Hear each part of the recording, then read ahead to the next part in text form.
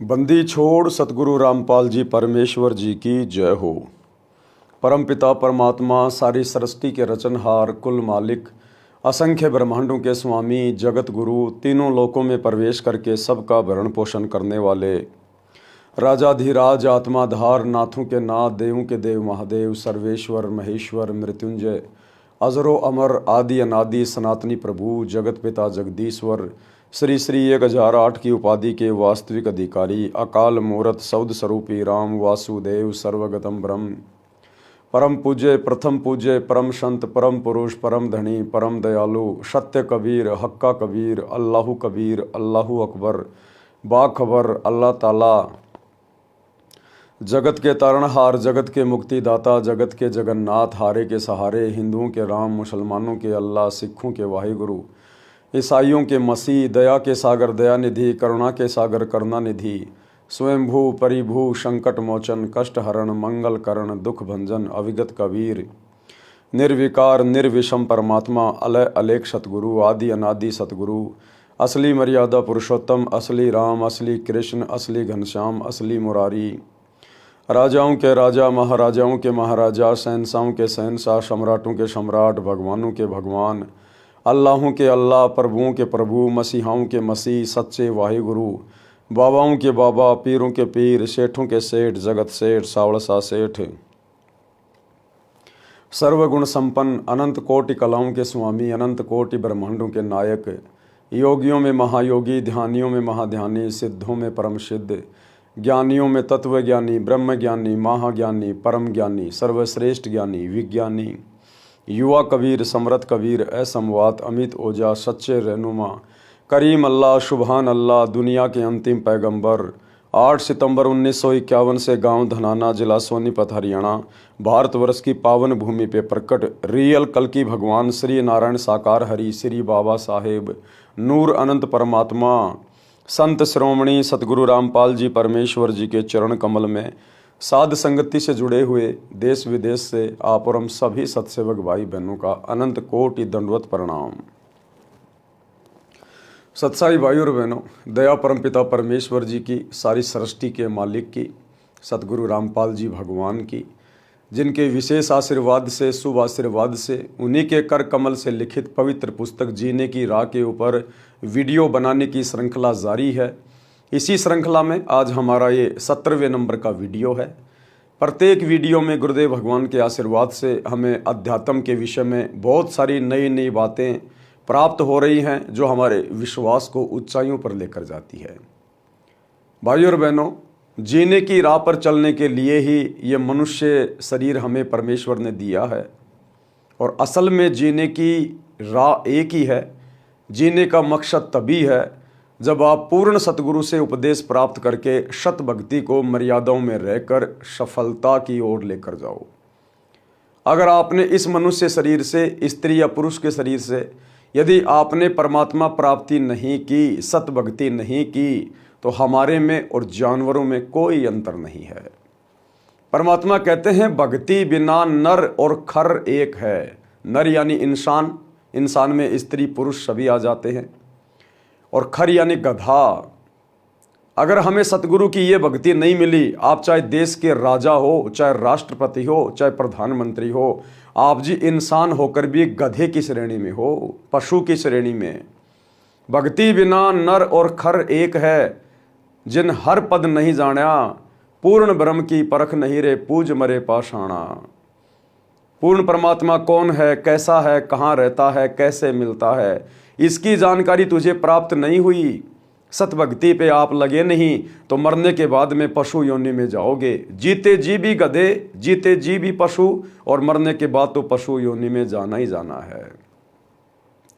तो विचार करने की ये बात है, जिन जिन आत्माओं को जीने की राह मिल चुकी है, जीवन जीने का मकसद प्राप्त हो चुका है, उन आत्माओं को अपनी किस्मत के ऊपर बारंबार विचार करके गुरुदेव भगवान का धन्यवाद करना चाहिए कि हे गुरुदेव, आपने इस संसार की अरबों की जनसंख्या में से कैसे मुझ नीच के ऊपर दया बख्श दी।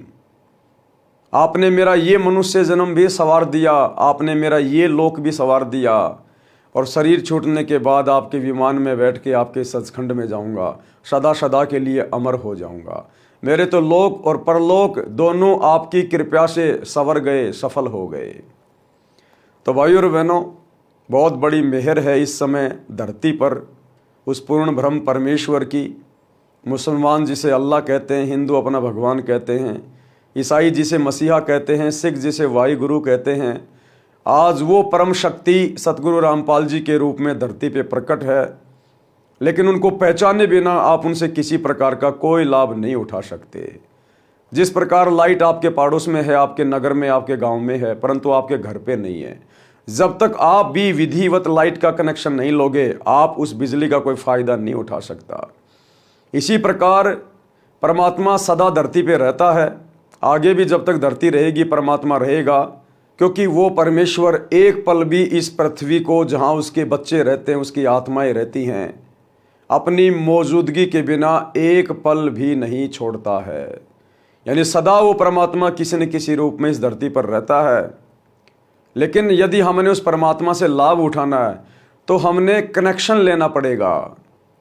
वो परमात्मा सतगुरु रूप में धरती पे रहता है, संत रूप में रहता है, इसलिए हमने सतगुरु से उपदेश प्राप्त करना पड़ेगा, तब हमें उस परमेश्वर के गुणों का लाभ प्राप्त होगा।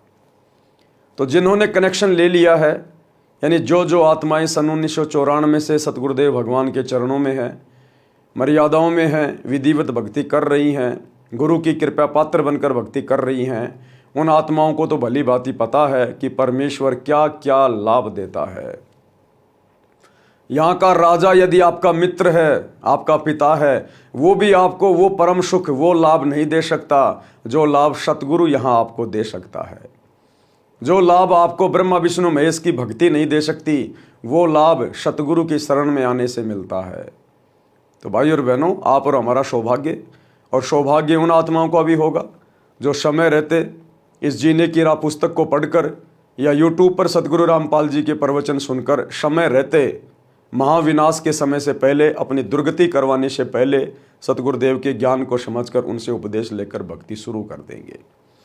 तो पिछले वीडियो में गुरुदेव भगवान ने हमें भक्ति मार्ग के विषय में काफ़ी कुछ बताया, समझाया, हमें जानकारी हुई, ज्ञान प्राप्त हुआ, और ज्ञान से हम फिर मर्यादा तोड़ने से बचेंगे, और मर्यादा तोड़ने से बचेंगे तो हमारी भक्ति परवान चढ़ेगी, हम मोक्ष को प्राप्त करेंगे।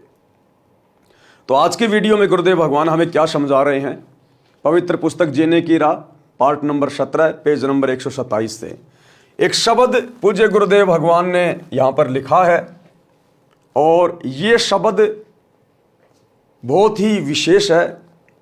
ये शब्द हमें ज्ञान की गहराइयों में लेकर जाएगा, और जैसे जैसे हम इस शब्द को समझते चले जाएंगे, हमारा विश्वास भी आसमान की ऊंचाइयों को छुएगा। ये शब्द आपको इसी बात पर केंद्रित करेगा कि सबसे पहले आपने ये निर्णय करना है कि आपका ईश कौन है, आपका इष्ट देव कौन है। आप पतिव्रता पद की भक्ति कर रहे हैं या नहीं कर रहे हैं? आपको वास्तव में असल में कबीर परमात्मा कौन है, इस बात का ज्ञान है भी या नहीं है, या खाली देखा देखी में भक्ति पे लग रहे हैं? तो क्या कह रहे हैं गुरुदेव भगवान, तन मन शीस ईस अपने पे, तन मन शीस ईस अपने पे, पैलम चोट चढ़ावे, जब कोई राम भगत गति पावे हो जी, जब कोई राम भगत गत पावे हो जी। तन यानी शरीर, मन यानी जो एलिमेंट हमारे शरीर को चला रहा है, कंट्रोल कर रहा है, और शीश यानी हमारी इच्छाएं, हमारी आशा, हमारी उम्मीद, हमारा समर्पण। तन मन शीश, इस तन मन शीश में सब कुछ आ गया, हमारा अपना कुछ भी नहीं बचा। जो भी कुछ है ये तन मन और शीश ही है।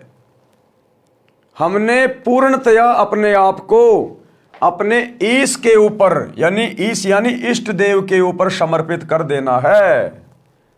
सतगुरु से उपदेश लेने के बाद हमने सर्वप्रथम तो ये पहचान कर लेनी चाहिए कि मेरा इष्ट कौन है, मेरा ईश कौन है।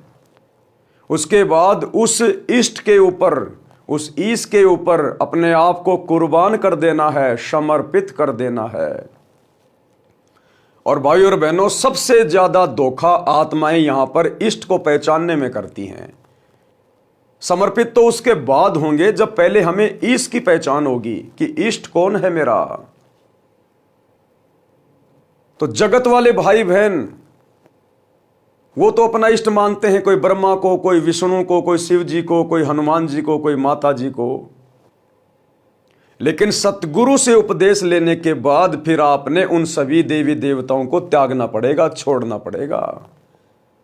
हमने ईश मानकर उनकी भक्ति नहीं करनी, इष्ट मानकर उनकी भक्ति नहीं करनी, क्योंकि वे असल में इष्ट नहीं हैं। इष्ट उसे कहते हैं जो पूरी सृष्टि को बनाने वाला है। इस सृष्टि में ब्रह्मा विष्णु महेश भी आ गए, 33 करोड़ देवी देवता भी आ गए, काल और दुर्गा भी आ गई, महाकाल भी आ गया, अक्षर पुरुष। ऊपर के 4 लोक भी आ गए, सतलोक, अलख लोक, अगम लोक, अनामी लोक। इस पूरी कंस्ट्रक्शन को जिसने कंप्लीट किया है, जिसने बनाया है, असंख्य आत्माओं को बनाया है, ये सूरज, चांद, तारे, ब्रह्मांड, ग्रह, उपग्रह जिसने बनाए हैं, वो है इष्ट, वो है ईश। और पूरी सृष्टि का केवल एक ही ईश है, केवल एक ही इष्ट है, कबीर देव। तो जगत वाले भाई बहन जो अभी अभी सतगुरु रामपाल जी भगवान से जुड़े हैं, भक्ति कर रहे हैं, उन्होंने अपने पहले वाले नकली इष्टों को त्यागना पड़ेगा, नकली भगवानों को छोड़ना पड़ेगा, उनको इष्ट रूप में नहीं पूजना। उन भगत भाई बहनों ने यह पहचान करनी है गुरुदेव के सत्संग सुन के कि असल में मेरा इष्ट कौन है। तो सतगुरु की शरण में आने के बाद हमें पता चलेगा कि भक्तों का इष्ट, भक्तों का भगवान, भक्तों का परमात्मा उनका सतगुरु होता है। कौन होता है? सतगुरु। सतगुरु ही इष्ट होता है। लेकिन ये काल यहां पर बहुत बड़ा रोल प्ले करता है। इस ब्रह्मांड में भाई और बहनों 2 ही शक्तियां हैं, एक काल और एक दयाल। दयाल कबीर परमात्मा और काल 21 ब्रह्मांड का स्वामी ज्योति निरंजन, जो हर पॉइंट पर आपको भ्रमित करने की कुछ चेष्टा करेगा। उसका काम ही यह है, क्योंकि आप और हम उसका भोजन हैं, और कोई भी व्यक्ति अपने भोजन को इतनी आसानी से नहीं निकलने देगा। तो वो हमें कदम कदम पे भ्रमित करेगा इष्ट को लेकर। तो वर्तमान में हमारे खुद के भगत भाई बहन, सतगुरु रामपाल जी के फॉलोवर, विशेषकर जो शतलोक आश्रमों से जुड़े हुए हैं, सतगुरु रामपाल जी का परिवार, सभी कोऑर्डिनेटर, आश्रम संचालक, ये इष्ट को लेकर भ्रमित हैं और बुरी तरह से भ्रमित हैं। भले ही वो लोग 30 साल से भक्ति कर रहे हैं, 20 साल से भक्ति कर रहे हैं, लेकिन अभी तक गुरुदेव का कलियुगी परिवार, हमारे कोऑर्डिनेटर भाई बंधु और लाखों की संगत जो शतलोक आश्रमों में गुरुदेव के परिवार को आज गुरुदेव की गैर मौजूदगी में फॉलो करती है, किसी को नहीं पता कि असल में उनका इष्ट कौन है। जब बात आती है परमात्मा की, कबीर की, इष्ट की, तो सभी कह देते हैं कि वो दाढ़ी मूंछ वाले कबीर जी जो 650 साल पहले बनारस के काशी में आए थे, वो हमारे इष्ट हैं, हमारे कबीर, हमारे भगवान हैं। यही सबसे बड़ा धोखा संगत खा रही है। अरे वो तो 650 साल पहले आए थे, दाढ़ी मूंछ वाले रूप में तो 650 साल पहले आए थे। वर्तमान में उनका क्या रोल? अगर उस समय उनको इष्ट मान के पूजते, भक्ति करते, तो तुम्हारा कल्याण हो जाता। उस समय तो उनको तुमने इष्ट माना नहीं। उस समय तो तुमने ब्रह्मा विष्णु महेश की चोटी पकड़ के रखी कि नहीं नहीं, भगवान तो ब्रह्मा जी हैं, विष्णु हैं, हनुमान जी हैं। उस कबीर को उस समय किसी ने अपना इष्ट नहीं माना, और आज दावा ठोक रहे हैं कि वो कबीर इष्ट है।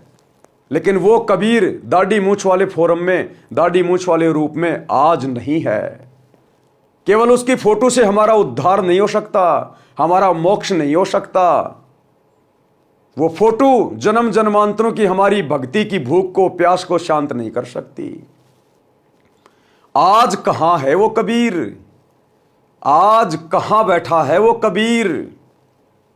आज यदि हम उससे दीक्षा लेंगे, उसे अपना गुरु बनाएंगे, अपना इष्ट मानेंगे, उसकी मर्यादा में रह के भक्ति करेंगे तो हमारी आत्मा का कल्याण संभव है। अब ये पहचान कि वो कबीर जो 650 साल पहले आया था दाढ़ी मूंछ वाले रूप बना के, आज वो धरती पे कहां है, इस बात की जानकारी 90% सतलोक आश्रमों से जुड़े हुए भक्तों को नहीं है। इस बात की जानकारी केवल सत सेवकों को हुई है, साध संगति से जुड़े हुए भाई बहनों को हुई है, जिन्होंने अपने गुरु को अपने इष्ट के रूप में जान लिया है, पहचान लिया है कि वो कबीर परमात्मा सतगुरु रूप में धरती पे प्रकट होता है, अपनी आत्माओं को तत्वदर्शी संत की भूमिका करके तत्व ज्ञान देता है। क्योंकि तत्वदर्शी संत की भूमिका उस कबीर परमेश्वर के अलावा कोई और नहीं कर सकता। इस पृथ्वी पर काल के लोक में आकर सत ज्ञान का प्रचार, सत्संग केवल वो कबीर भगवान ही कर सकता है, सतगुरु रूप में दूसरा कोई नहीं कर सकता।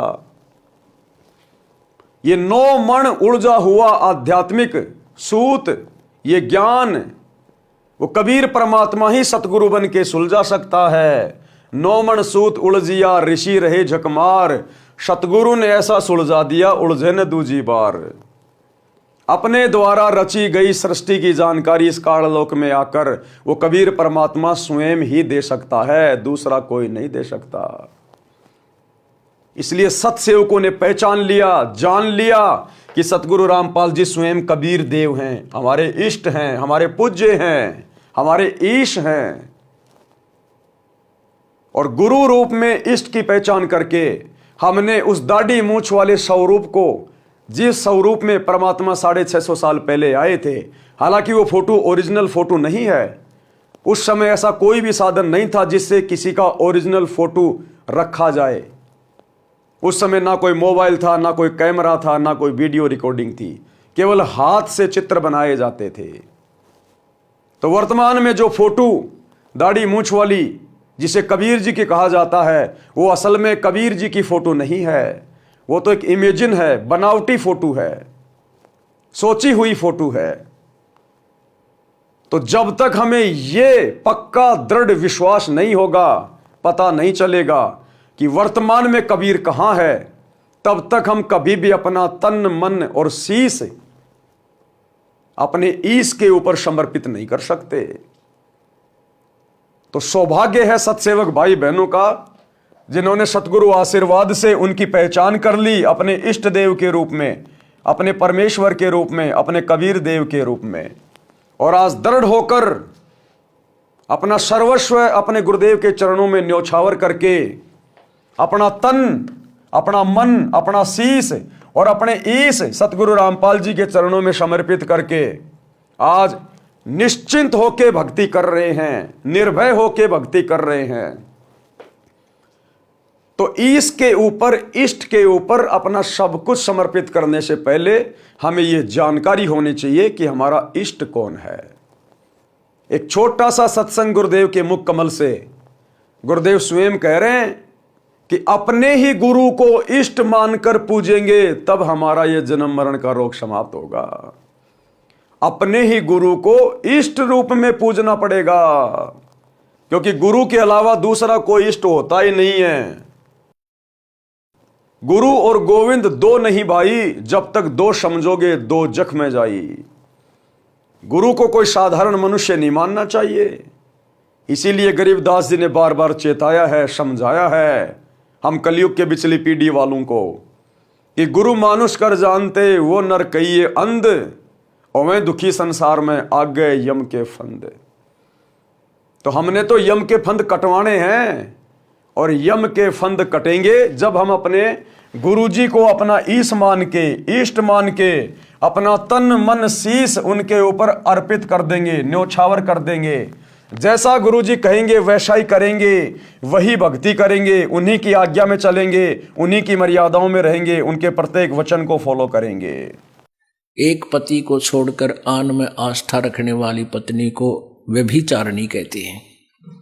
तो अपने ही पति से हर इच्छा पूरी हो उसी को पति भर्ता कहते। तो हम जब पति भर्ता पद पर आ जाएंगे तो परमात्मा कहते हैं पति भर्ता जमी पर जो जो धर है पावे, समर्थ झाड़ू देत है, ना काटा लग जावे। ऐसा हंस, ऐसा भक्त जब अपने एक इष्ट पूर्ण परमात्मा पर अपने ही गुरु को इष्ट रूप में मानकर जब अपने जीवन रूपी सफर में प्रस्थान करता है, पर अपने ही गुरु को इष्ट रूप में मानकर जब अपने जीवन रूपी सफर में प्रस्थान करता है, पर अपने ही गुरु को इष्ट रूप में मानकर जब अपने जीवन रूपी सफर में प्रस्थान करता है रास्ते पर, तो परमात्मा उस जीवन रूपी सफर के पाप कर्म रूपी कांटों को बुहारना शुरू कर देता, उसके दुखों को खत्म करना शुरू कर देता है, झाड़ू देता चलता है कि मेरी प्यारी आत्मा के कांटा ना लग जाए। तो कहते तन मन शीस ईस अपने पे पहलम चोट चढ़ावे, जब कोई राम भगत गति पावे हो जी। राम भगत, अब राम भगत का मतलब दशरथ पुत्र श्री रामचंद्र नहीं है। राम उस परमेश्वर की उपमात्मक पदवी का नाम है। जैसे अल्लाह, गॉड, परमेश्वर, परमात्मा, जगदीश, सत्य पुरुष, ये उस कबीर परमात्मा सतगुरु रामपाल जी की उपमात्मक पदवियों के नाम हैं। गरीब सब पदवी के मूल हैं, यानी जितने भी नाम हैं श्री राम, ये असल में उस कबीर परमात्मा की उपमात्मक पदवी का नाम है। कृष्ण, कृष्ण का मतलब होता है सर्वाधिक आनंददायक, तो ये कृष्ण नाम भी उस कबीर परमेश्वर की उपमात्मक पदवी का नाम है। ब्रह्म, ब्रह्म यानी भगवान परमेश्वर, ये भी कबीर परमेश्वर की उपमात्मक पदवी का नाम है। विष्णु, ये भी कबीर परमेश्वर की उपमात्मक पदवी का नाम है।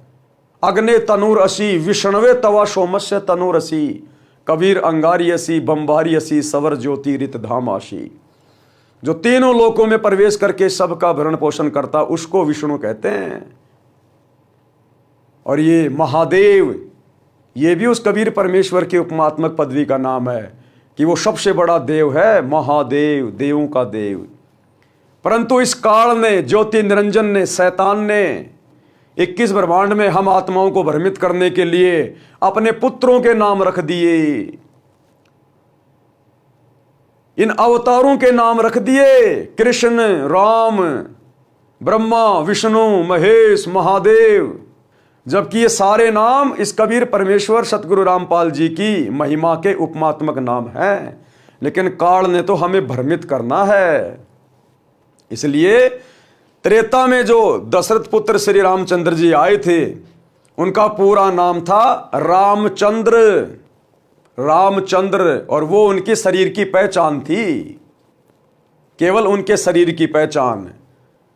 वो असल में राम नहीं थे। राम राम सब जगत बखाने, आदि राम कोई बिरला जाने। रामचंद्र जी का जन्म तो त्रेता में हुआ था। रामचंद्र जी का दादा भी नहीं जानता था कि मेरे पोते का नाम रामचंद्र होगा। सतयुग में इंसान थे, वो तो नहीं जानते थे राम कौन है, श्री कृष्ण कौन है। उस समय तो आपके राम और श्री कृष्ण का जन्म भी नहीं हुआ था। तो ये कबीर परमात्मा असल में राम है, जो पूरी सृष्टि में रम रहा है, उसको कहते हैं राम। तो ये गुरुदेव भगवान की उपमात्मक पदवी का नाम है राम। कि जब कोई राम भगत, यानी उस कबीर परमात्मा का भगत, जब वो सतगुरु रूप में आते हैं, उस समय जो उनकी भक्ति करेगा उनका भगत कहलाएगा। जब कोई राम भगत गति पावे हो जी, यानी सर्वप्रथम तो अपने इष्ट की पहचान हो, पहचान होने के बाद संसार से उल्टा हटके, जीवित ही मर के अपना तन मन शीस सब कुछ अपने गुरुदेव के ऊपर न्योछावर कर दे, समर्पित कर दे, और जैसा गुरुदेव कहें केवल उसी आधार से भक्ति करे, तब कहीं जाकर हम मुक्ति के अधिकारी बनेंगे। आगे क्या कह रहे हैं गुरुदेव? सतगुरु तिलक अजपा माला, युगत जटा रखवावे। सतगुरु तिलक अजपा माला, युगत जटा रखवावे। जत को पीन सत का चोला, भीतर भेख बनावे, जब कोई राम भगत गति पावे। हो जी जब कोई राम भगत गति पावे। हो जी। बारंबार आपको उसी पॉइंट पे सतगुरु लाना चाहते हैं, क्योंकि सतगुरु भक्ति का मूल होता है, भक्ति की रीढ़ होती है, भक्ति की नींव होती है। सतगुरु से ही भक्ति शुरू होती है, सतगुरु ही भक्ति को परवान चढ़ाता है, और सतगुरु से ही सतलोक में जाके ये हमारे जन्म मरण का रोग समाप्त होता है। तो क्या कह रहे हैं परमात्मा? सतगुरु तिलक अजप्पा माला। सतगुरुदेव हमारे तिलक हैं। जैसे हम लोग माथे पे निकालते हैं, तिलक कहां निकाला जाता है? मस्तिष्क पे। यहां पे तिलक निकाला जाता है, मस्तिष्क पे, यानी अति पूजनीय। तिलक का स्थान सबसे ऊपर होता है, यहां मस्तिष्क पे, जो सबको दिखाई दे। तो कहते हैं सतगुरु तिलक, यानी सतगुरु को भगत ने अपने जीवन में सर्वोपरि महत्व देना चाहिए। प्राथमिकता सबसे पहले अपने सतगुरु को देनी चाहिए। एकमात्र पूज्य देव भगत का केवल सतगुरु होना चाहिए।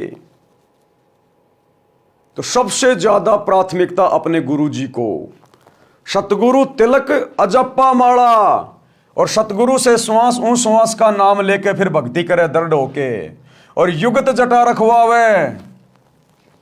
ये फालतू के लंबे लंबे बाल बढ़ाना, दाढ़ी वाड़ी बढ़ाना, परमात्मा कहते हैं ये भक्ति मार्ग में इनकी कोई जरूरी नहीं है। युगत जटा, जो रास्ता भक्ति का तुझे सतगुरु बता रहा है, जो युक्ति तुझे बता रहा है मोक्ष प्राप्त करने की, वो तेरी जटा होनी चाहिए।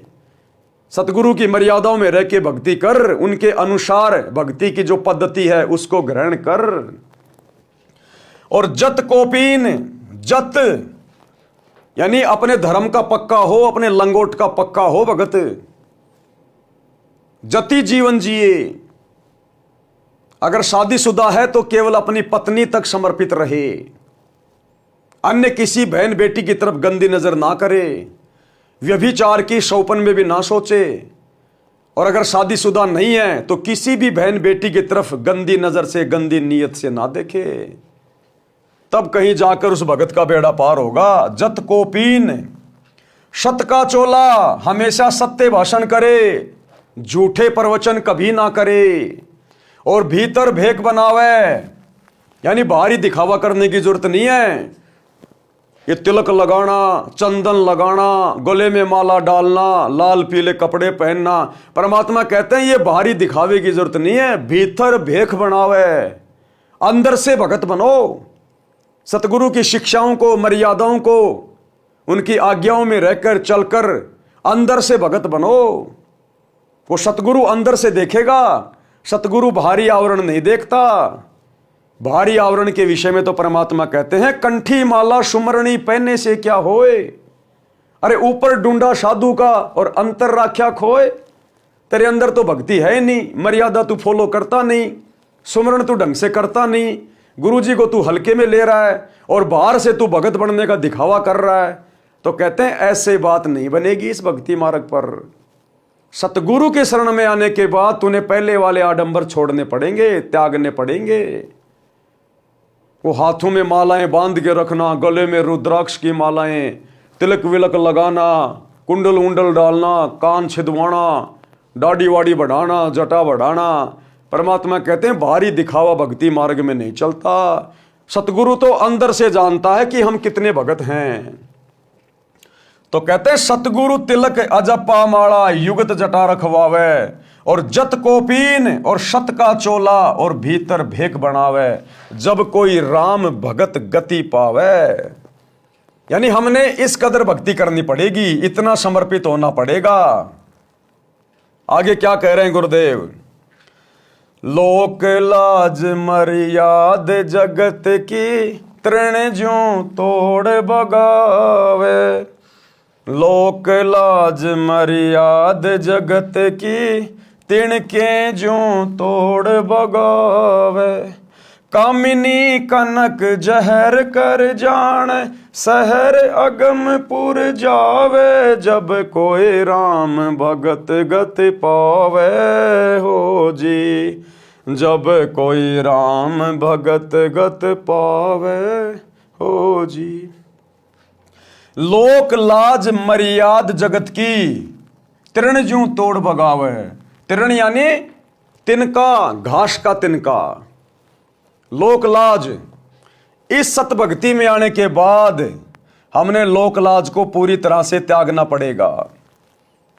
जब हम सतगुरु की शरण में आने के बाद इस काललोक की झूठी परंपराओं से पीछे हटना शुरू होंगे, ये होली, दिवाली, मकर संक्रांति, इन सभी फालतू के त्योहारों को मनाना छोड़ेंगे, सहयोग करना छोड़ेंगे।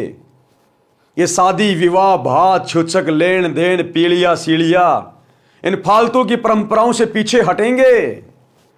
शादी विवाह में ढोलक, बैंड बाजा, डीजे, हाथी घोड़े, पंडित बाराती, फेरे वेरे, दुनिया भर का दिखावा, लेन देन, जब हम इन रीति रिवाजों से पीछे हटेंगे और जितने भी ये डमी गॉड हैं इन सब की भक्ति को छोड़ेंगे, उस समय हमारे रिश्तेदार, हमारे यार दोस्त, हमारे आसपास रहने वाले लोग, समाज के लोग, घर परिवार के लोग जो भक्ति नहीं कर रहे हैं, तो ये नकली भक्ति कर रहे हैं, आन उपासना कर रहे हैं, वो फिर हमारे विरोध में आएंगे, क्योंकि उनकी परंपरा हमारी परंपराओं में रात दिन का अंतर हो जाएगा, उनके विचारों में हमारे विचारों में रात दिन का अंतर हो जाएगा। तो घर घर में झगड़ा बनेगा, विरोध होगा, संघर्ष करना पड़ेगा। तो परमात्मा कहते हैं उस समय आपने उस समाज की झूठी लोक लाज को, मर्यादाओं को, परंपराओं को, रीति रिवाजों को आपने घास के सूखे तिनके की तरह तोड़ के फेंकना पड़ेगा कि भैया मुझे तो मोक्ष चाहिए, सतलोक चाहिए। बाढ़ में गया तेरा समाज, बाढ़ में गया तेरा परिवार। अपनी तरफ से मैं किसी को दुखी करता नहीं, तंग करता नहीं, तुम चाहे जो मर्जी करो, लेकिन मैं अब वही करूंगा जो मेरे सतगुरु ने मुझे समझा दिया, शास्त्रों से दिखा दिया, जो मेरी आत्मा ने स्वीकार कर लिया। तो कहते हैं उन समाज की झूठी लोकलाज परंपराओं को, मर्यादाओं को सूखे घास के तिनके की तरह तोड़ के फेंक दे कि जाओ, अब कोई लेना देना नहीं है, ये दास तो अब नहीं मानने वाला। कहते हैं सतगुरु भी साथ में रहता भगत के, दूर नहीं होता।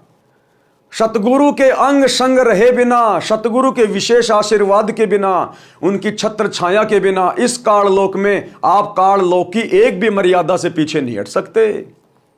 तो यह ना सोचना कि मेरे को ज्ञान हो गया, मैं तो दृढ़ हो गया, इसलिए मैं संघर्ष कर रहा हूं। सतगुरु तेरी पीठ पीछे खड़ा है। यहां पर बहुत बड़े बड़े ज्ञानी होके जा लिया जो गधे बन के घूम रहे हैं। ये अकेले ज्ञानवान से कुछ नहीं होता। जब तक सतगुरु पीठ पीछे ना खड़ा रहे तब तक आप इस काललोक की एक भी मर्यादा से पीछे नहीं हट सकते।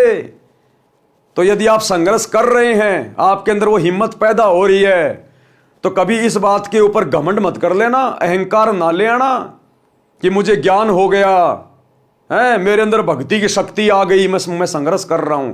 कुछ नहीं कर रहा। अगर सतगुरु ढीला छोड़ दे, क्योंकि वो पतंग की डोर, भगत की डोर सतगुरु ने अपने हाथ में पकड़ रखी है, केवल वो पतंग उड़ती दिखाई देती है, लोगों को डोर दिखाई नहीं देती।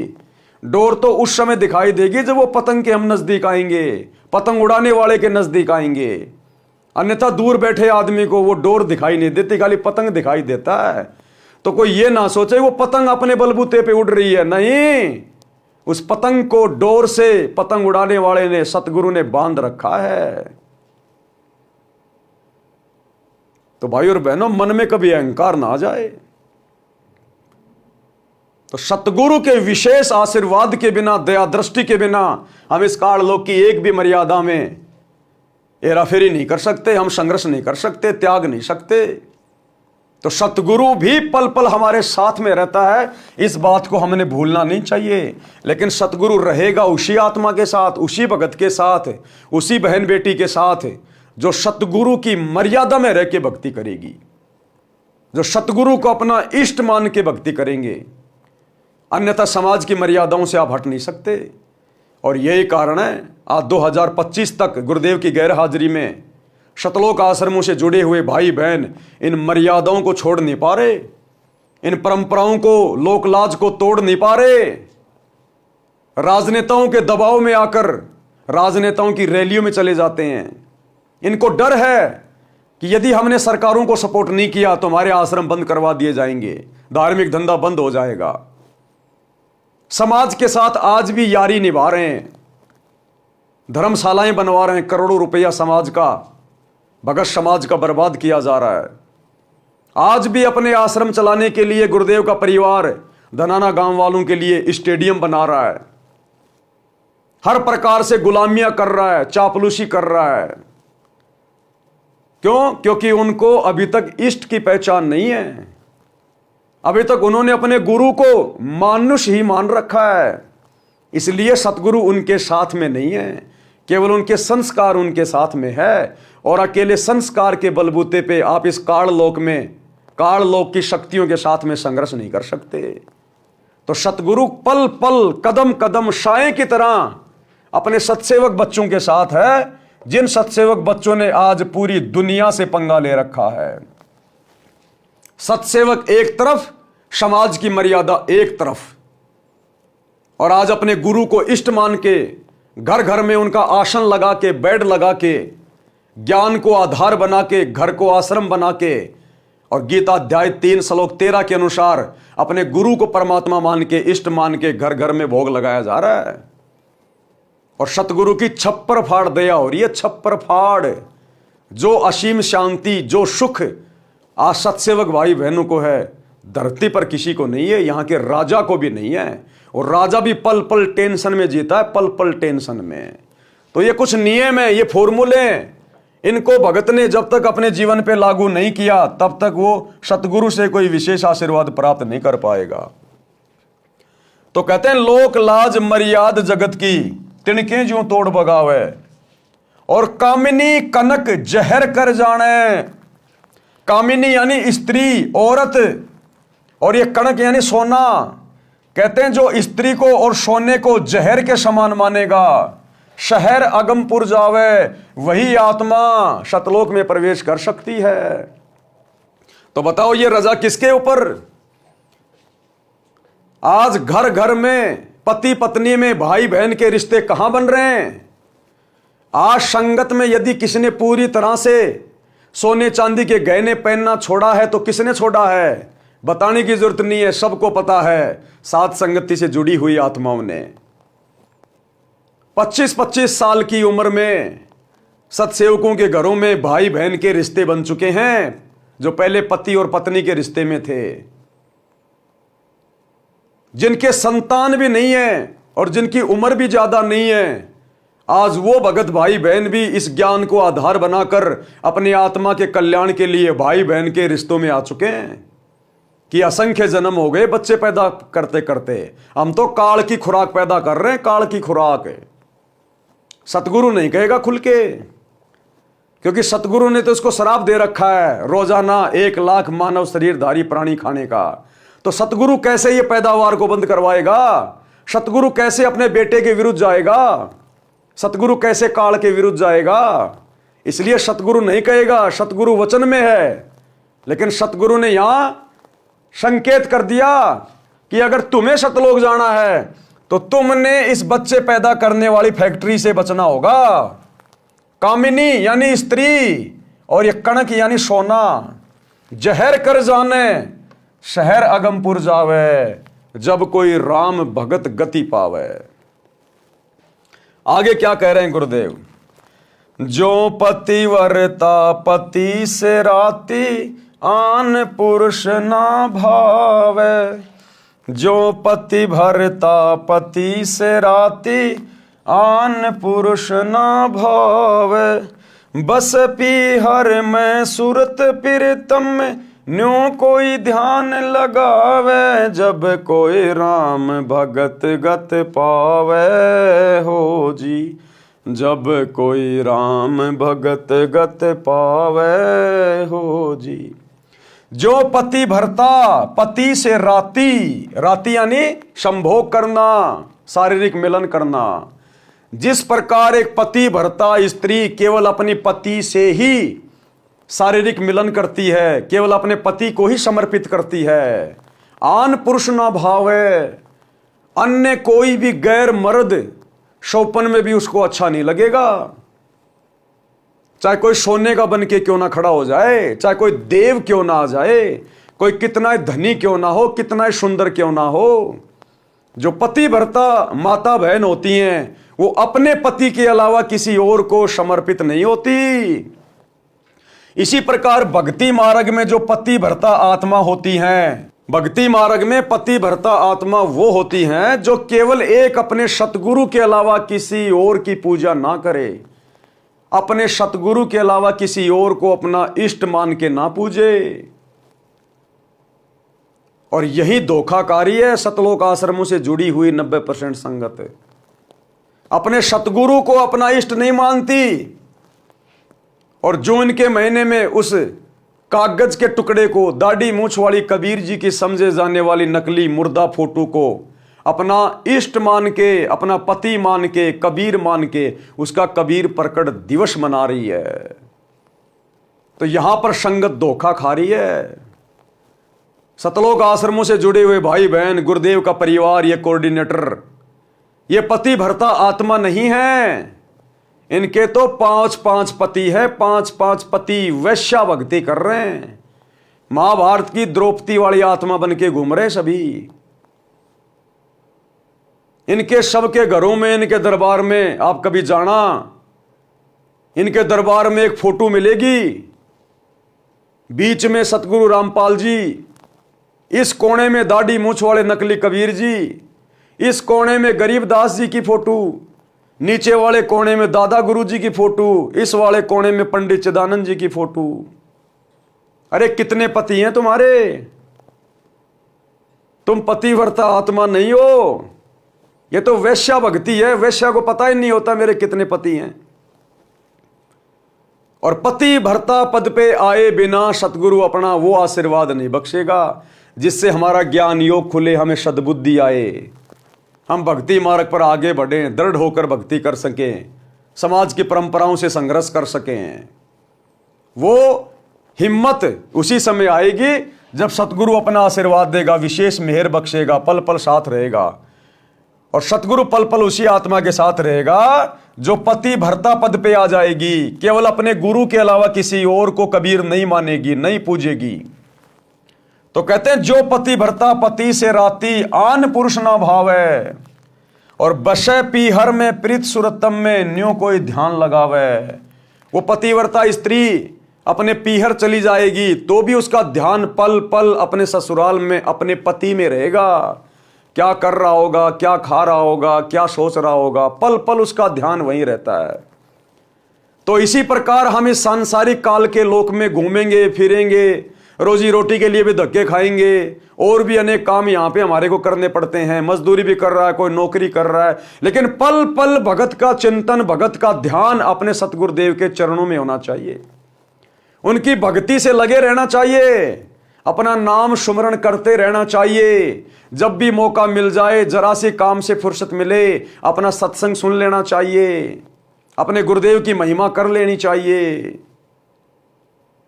बशे पीहर में और सुरत पीरतम में कर रहे हैं काम धंधा, गाड़ी पे आ रहे हैं जा रहे हैं, लेकिन ध्यान गुरु की भक्ति में, गुरु के गुणगान में, सुमरण में। तो कहते हैं बशे पीहर में और सुरत पीरतम में न्यों कोई ध्यान लगावे, जब कोई राम भगत गति पावे। आगे क्या कह रहे हैं गुरुदेव? निंदा स्तुति मान बढ़ाई मन से मार गिरावे। निंदा स्तुति मान बढ़ाई मन से मार गिरावे।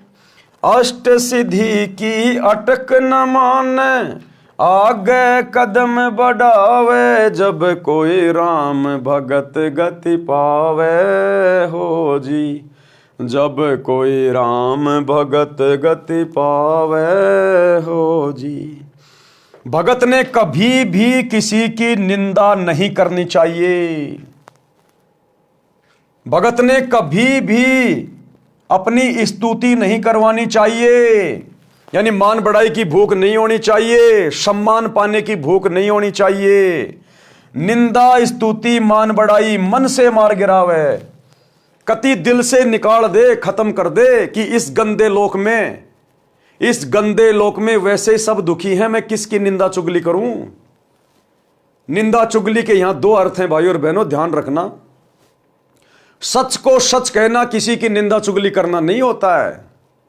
परमात्मा कहते हैं साचा शब्द कबीर का प्रकट किया जगमाही, और जैसे को तैसा कहे सो तो निंदा नाही। चोर को चोर कहना, गलत को गलत कहना, यह किसी की निंदा चुगली नहीं है। हां, आप जिसके बारे में जानते नहीं, पहचानते नहीं, और दूसरे की देखा देखी, दूसरे के कहने से यदि आप उसकी बुराई कर रहे हैं तो वो निंदा चुगली में आएगा। लेकिन सच को सच कहना, गलत को गलत कहना, यह निंदा चुगली में नहीं आता। तो भगत ने दुनिया की देखा देखी, निंदा चुगली करके अपने कर्म नहीं फोड़ने चाहिए, और भगत ने कभी भी अपनी पूजा नहीं करवानी, अपनी महिमा सुन के उसको खुश नहीं होना। जिस प्रकार गुरुदेव के दोनों लड़के गोहाना जाट महासभा के उद्घाटन में अपने गले में फूलों की मालाएं डलवा के खुश होके घूम रहे हैं, ये अपनी पूजा करवाना है, अपनी स्तुति करवाना है, अपना गुणगान करवाना है। इस भक्ति मार्ग में अगर कोई स्तुति के योग्य है, कोई पूजा के योग्य है, कोई सम्मान के योग्य है, तो केवल हमारा इष्ट सतगुरु रामपाल जी भगवान। तो कहते हैं निंदा स्तुति मान बढ़ाई मन से मार गिरावे। अपने आप को मिट्टी समझे, मिट्टी, रिजेक्टेड, कि मेरा तो बड़ी मुश्किल से दाव लगा है, सतगुरु के चरणों में पड़ा रहूं आजीवन मर्यादाओं के साथ, नहीं तो यहां कुछ लेना देना नहीं। आज मैं मेरी स्तुति करवा रहा हूं, मेरी महिमा करवा रहा हूं, मेरे नाम का गुणगान हो रहा है, कल को पार नहीं हुआ तो गधा बन के घूमूंगा, फिर वो कुम्हार करेगा मेरी स्तुति, 2.5 मन का बोरा रखेगा, पीछे से मारेगा लठ कि जा बेटा ऊपर ईंट चढ़ा के आ, ऊपर से पक्की ईंट नीचे लेके आ। तब पता चलेगा वो गले में माला डलवाने का क्या मतलब होता है भक्ति मार्ग में। तो गुरुदेव कहते हैं निंदा स्तुति मान बढ़ाई मन से मार गिरावे। अष्ट सिद्धि की अटक न माने। चाहे तुम्हारे अंदर कितनी पावर आ जाए, कितनी शक्तियां आ जाए, कैसी तुम्हारे अंदर कोई सिद्धि आ जाए, हमने थूकना भी नहीं है, उस तरफ थूकना भी नहीं है। हमने किसी को दुआ नहीं देनी, किसी को बद्दुआ नहीं देनी, हमने भूलकर भी ये गलती नहीं करनी। अगर 8 सिद्धियां भी हमारे हाथ में आ जाएं तो भी हमने थूकना नहीं है उनकी तरफ कि भैया हमने तो सतलोक में जाना है, हमने क्या लेना देना इन सिद्धियों से, इन रिद्धियों से। अष्ट सिद्धि की अटक न माने, आगे कदम बढ़ावे, यानी आगे की तरफ बढ़े भक्ति मार्ग में कि भैया हमने तो अपना रोग कटवाना है। आशा नदी उलट कर डाटे और आडा बांध लगावे। आशा नदी मन में तरह तरह की काल इच्छाएं उठाएगा, तरह तरह की जिज्ञासा पैदा होंगी। बड़ा मकान बना लूं, बड़ी गाड़ी ले आऊं, बेटी का ब्याह ऐसे करूंगा, ऐसे करूंगा, यानी दुनिया में मान बढ़ाई के लिए, दिखावे के लिए, मान सम्मान के लिए ये काल मन में तरह तरह की बकवाद पैदा करेगा। तो परमात्मा कहते हैं भक्ति रूपी आडा बांध लगा दे, आगे दीवार खींच दे। जैसे बांध होता है ना, बांध एक बहुत मोटी एक दीवार होती है जो पानी को रोक के रखती है। तो गुरुदेव कहते हैं अपने गुरु के तत्व ज्ञान रूपी दीवार का बांध लगा दे आगे। ये मन में उठने वाली इच्छाएं, तरह तरह की चाहत, मान बढ़ाई की, ये सब मिटा दे, काट दे, तत्व ज्ञान से रोक दे, आडा बांध लगा दे। आशा नदी उलट कर डाटे, आडा बांध लगावे। और भवजल खार समुद्र में भंवर न खोड़ मिलावे। और इस गंदे लोक से निकलने का प्रयास करे, वापस हमें दोबारा से खोड़ ना मिल जाए। खोड़ यानी शरीर। हे भगवान हमें दोबारा इस गंदे लोक में कोई शरीर ना मिल जाए, हमारा तो इसी जन्म में बेड़ा पार करो परमात्मा। इस कदर हमने अपनी सभी इच्छाओं को समाप्त करना है। जो भौतिक इच्छाएं हैं, जो लोगों की देखा देखी हमारे मन में पहले उठा करती थी, उसका छोरा नौकरी लग गया, मैं भी अपने छोरे को बड़ी बड़ी स्कूल में पढ़ाऊं, बड़ी बड़ी मैं कोचिंग कराऊं, मेरे छोरे को डॉक्टर बनाऊं, इंजीनियर बनाऊं, घर में पैसे आएंगे, समाज में मेरा नाम होगा, मैं पंचायती बन जाऊंगा, गांव में मेरी इज्जत होगी। कहते हैं आशा नदी उलट के डाटे, आडा बांध लगावे। बाढ़ में गए ही वो सरपंची, कल को कुत्ता बन के घूमेगा, फिर तेरे को कौन पंचायत में बुलाएगा। तो हमने आगे का भविष्य देख के गुरुदेव के ज्ञान आधार से कि अगर भक्ति सफल नहीं हुई तो क्या क्या कष्ट उठाएंगे, उन चीजों को आंखों के सामने रख के हमने भक्ति पर लगे रहना है।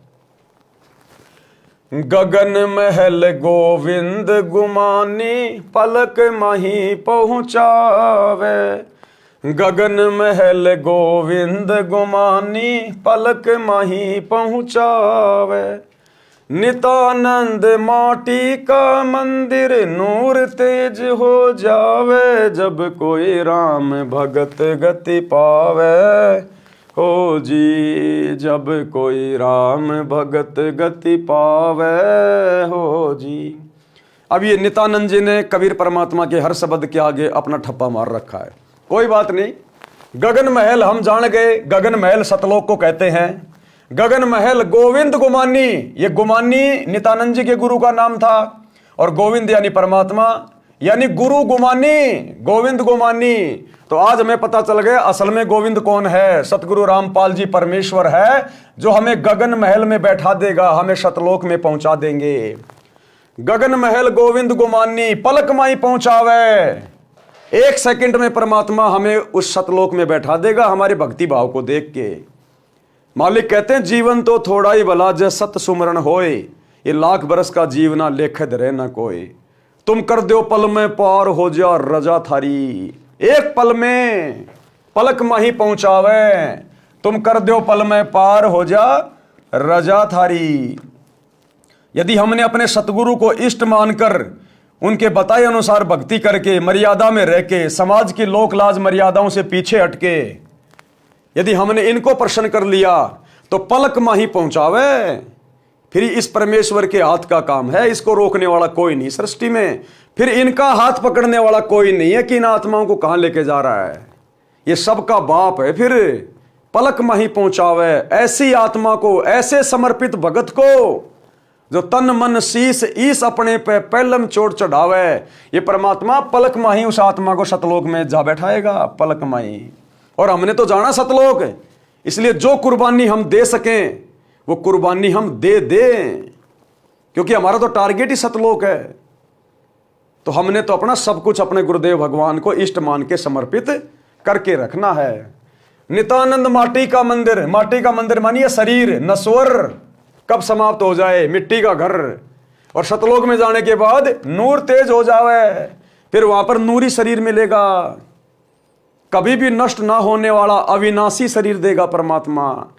तो कहते हैं ये माटी का महल, ये मिट्टी का मंदिर, ये नश्वर शरीर, फिर सतलोक में जाने के बाद परमात्मा इसको नूरी बना देगा, नूर का शरीर मिलेगा। फिर शब्दार्थ, संत नित्यानंद जी ने भक्ति को सफल करने की विधि बताई है। अब विधि तो भाई सतगुरु बताता है, नित्यानंद जी को क्या पता बेचारे को भक्ति कैसे सफल होगी। उसको सतलोक का पता नहीं, सतलोक की भक्ति का पता नहीं। वो तो वैष्णव भक्ति करता था, श्री विष्णु जी की भक्ति तक का उसको ज्ञान था थोड़ा बहुत है। वो नित्यानंद जी हमें क्या बताएंगे, लेकिन सतगुरु हमेशा दूसरों को ही महिमा देते हैं। तो कह रहे संत नित्यानंद जी ने भक्ति सफल करने की विधि बताई है। कहा है कि गुरु जी से दीक्षा लेने के पश्चात परमेश्वर को पूर्ण रूप से समर्पित हो जाना चाहिए।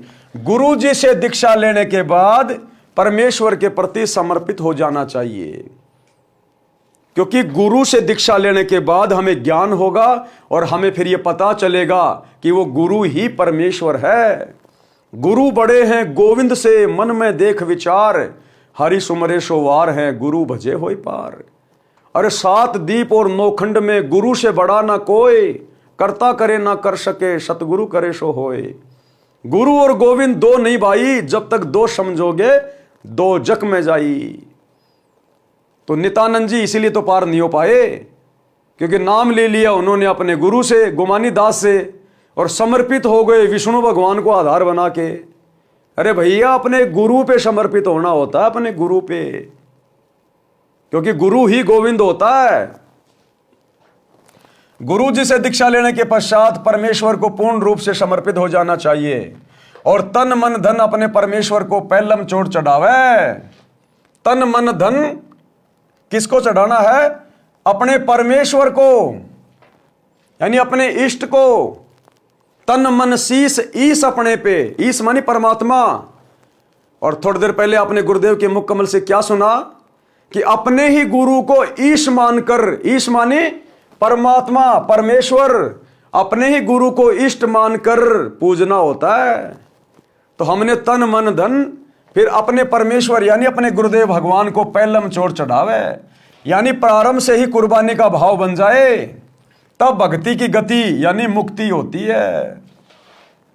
वाणी नंबर 2, कुछ साधक बाहरी वेश बनाते हैं, वे मस्तिष्क पर तिलक लगाते हैं, माला से मंत्र जाप करते हैं, सिर पर बड़े बड़े बाल बढ़ाकर रखते हैं, कच्छे के स्थान पर केवल कोपीन 4 इंच चौड़ा कपड़ा बांधते हैं तथा शरीर पर लंबा कुर्ता जो घुटनों से भी नीचे तक लंबा होता है वो पहनते हैं। गुरुदेव कह रहे हैं इस बाहरी दिखावे के स्थान पर अपने सतगुरु को सम्मान दो। इस बाहरी दिखावे के स्थान पर, जैसे सतगुरु रामपाल जी की शरण में आने के बाद भी हमारे सिख भाई जो सर पर पगड़ी बांधते हैं, दाढ़ी रखते हैं, परमात्मा कह रहे हैं अब इस बाहरी दिखावे की जरूरत नहीं है, ये पगड़ी वगड़ी की जरूरत नहीं है। अब तुम वो सिख नहीं हो जो तुम्हारे पहले वाले गुरु तुम्हारे को बना के चले गए मुगलों से लड़ाई लड़ने के लिए। अब तुम सच्चे सतगुरु के शिष्य हो, शिष्य। और सच्चे सतगुरु रामपाल जी की शरण में आने के बाद अब वो पगड़ी वगड़ी की जरूरत नहीं है, सरदार जी बन के घूमने की जरूरत नहीं है। असल सरदार इस भक्ति का, इस संसार का एक ही है, सतगुरु रामपाल जी।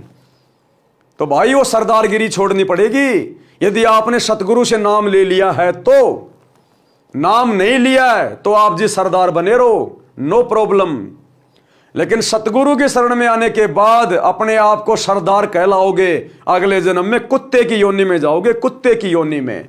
क्योंकि सरदार तो एक ही है संसार का, सतगुरु रामपाल जी भगवान। सरदार यानी कैप्टन, भक्ति का अगुवा, सेनापति, उसको कहते हैं सरदार। और सतगुरु के शरण में आने के बाद अभी भी तुम सरदार बन के घूम रहे हो। वो 2.5 किलो का बोझ अपने सिर पे लेके घूम रहे हो, आधी किलो की दाढ़ी मूछ लेके घूम रहे हो। शर्म आनी चाहिए। अगर सतगुरु रामपाल जी से उपदेश ले लिया तो तुरंत कटवा उठवा के एक सामान्य व्यक्ति की तरह भक्ति करो। ये बाहरी दिखावा नहीं चलेगा भक्ति में। इस बाहरी दिखावे के स्थान पर अपने सतगुरु को सम्मान दो, उनको मस्तिष्क पर बैठाओ। अब अपने सतगुरु को बैठाओ अपने मस्तिष्क पे। वो 2.5 किलो का वो कपड़ा मत चढ़ाओ अपने सिर पे। अब सिर पे पगड़ी पहनने की जरूरत नहीं है। देखो भाई और बहनों, यहां पर थोड़ी शंका ना हो जाए, क्योंकि जो पगड़ी है वो राजस्थान में भी हमारे जो बूढ़े भगत हैं वो पहनते हैं।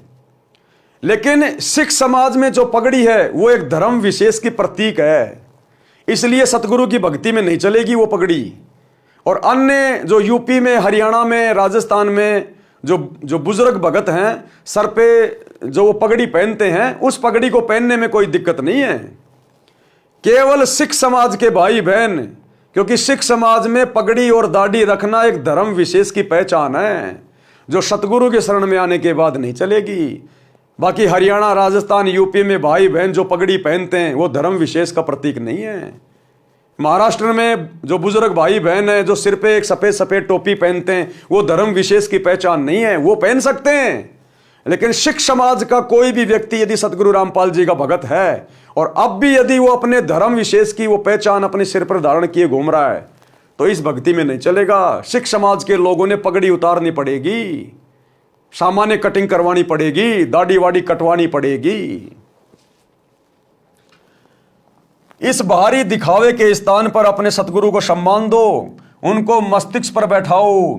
मस्तिष्क पर बैठाने का मतलब है गुरुदेव को सबसे ऊपर रखो, यानी गुरु का भगत बनकर प्रत्येक मर्यादा व आज्ञा का पालन करके जनता में उदाहरण बने कि भगत हो तो ऐसा जिससे गुरु जी की शिक्षा दीक्षा का परिणाम दूर से दिखाई दे। कहते भगत बनो तो ऐसा बनो जिससे आम समाज पे प्रभाव पड़े, असर पड़े और दूर से दिखाई दे कि वो आ रहा सतगुरु रामपाल जी का भगत है। और वर्तमान में तुम्हारे को देख के लोग गालियां देते हैं गुरुदेव को, तुम्हारे कुकर्मों को देखकर, तुम्हारे गंदे आचरण को देखकर, तुम्हारी राजनीति वाली गंदी इस प्रक्रिया को देखकर, तुम्हारे स्वार्थों को देखकर। जब कभी तुम आरक्षणों में जाके बैठते हो जाटों के साथ, दूसरी बिरादरी वाले तुम्हें गालियां निकालते हैं, तुम्हारे गुरुदेव को बुरा भला कहते हैं। जब तुम गुंडों की सीबीआई जांच का समर्थन करते हो, राजपूत करनी सेना के धरनों पे बैठते हो, 5-5 लाख रुपया उनको चंदे में देते हो, तब दुनिया वाले तुम्हारे गुरु को गालियां निकालते हैं। जब तुम कांग्रेस का समर्थन करते हो तो बीजेपी वाला आधा देश तुम्हारे गुरुदेव को गालियां देता है, और जब तुम बीजेपी का समर्थन करते हो तो कांग्रेस वाले तुम्हारे गुरुदेव को गालियां देते हैं। और यहां क्या कह रहे हैं गुरुदेव कि भगत हो तो ऐसा हो, उसका आचरण ऐसा हो, दूर से देखते लोग पहचान जाएं कि यह है सतगुरु रामपाल जी का भगत है।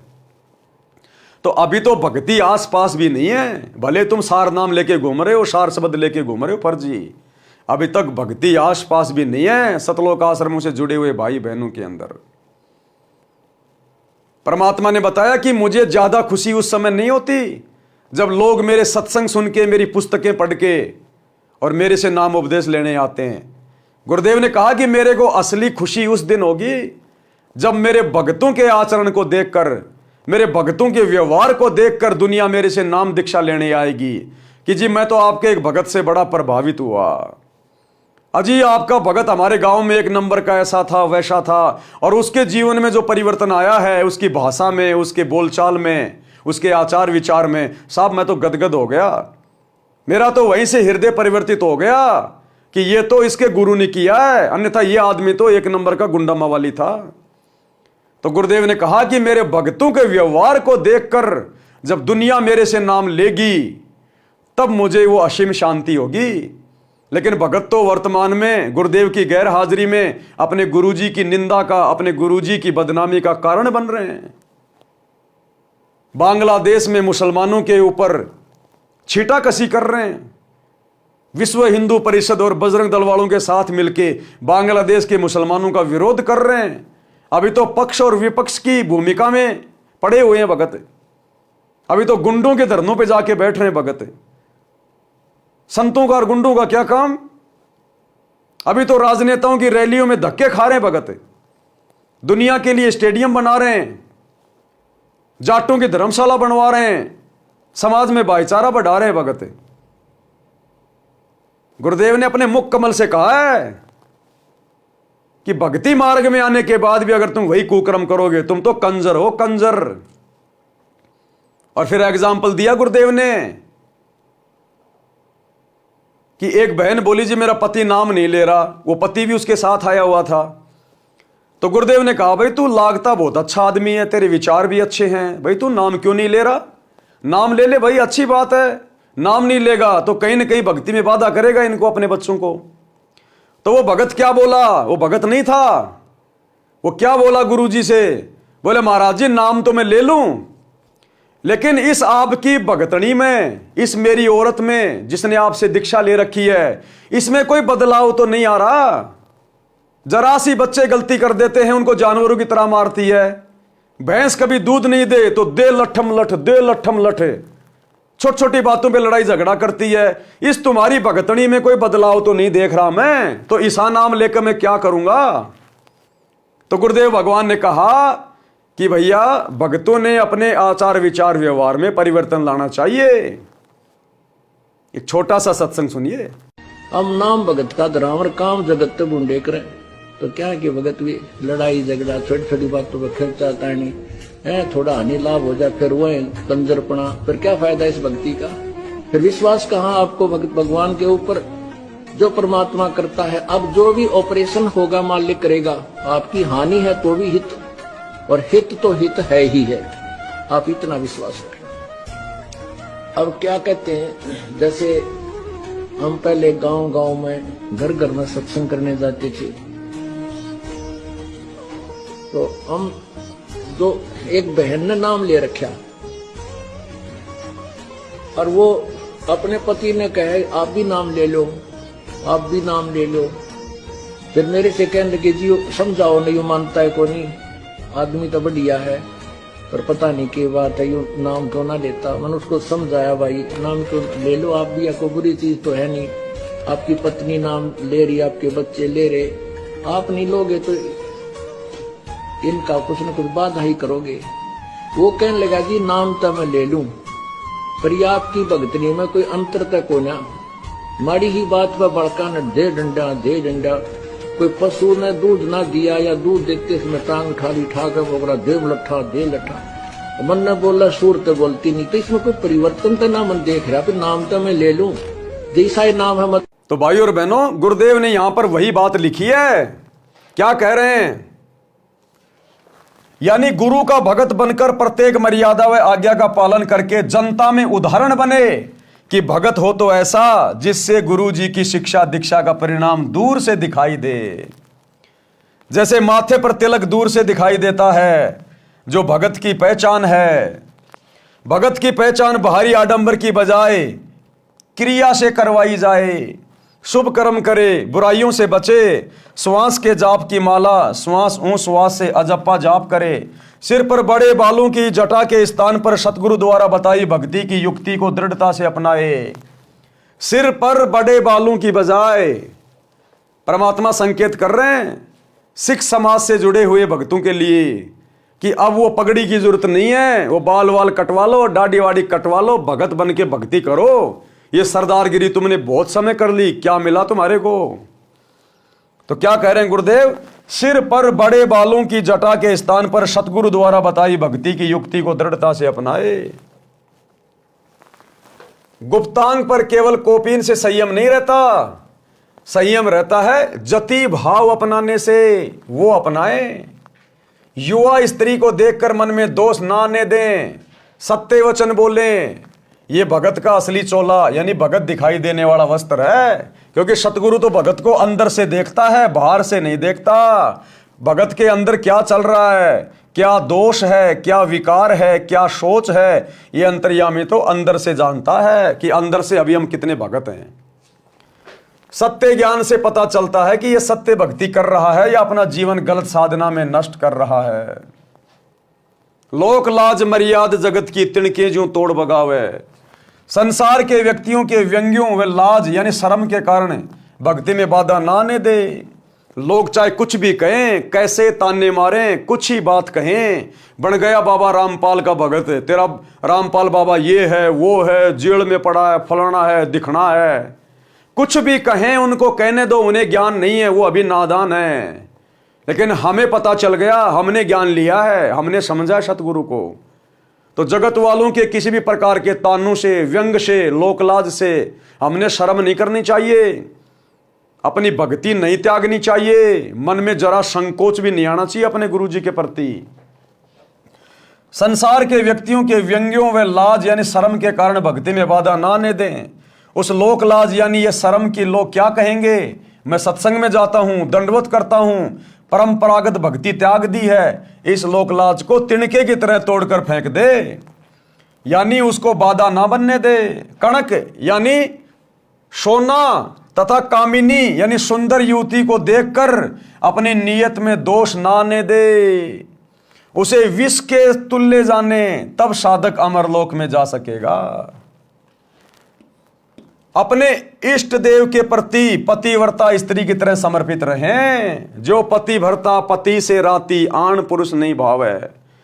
अपने इष्ट देव के प्रति, तो अभी आपने गुरुदेव के मुख कमल से क्या सुना कि अपने ही गुरु को इष्ट मानकर भक्ति करनी है, अपने ही गुरु को इष्ट मानकर।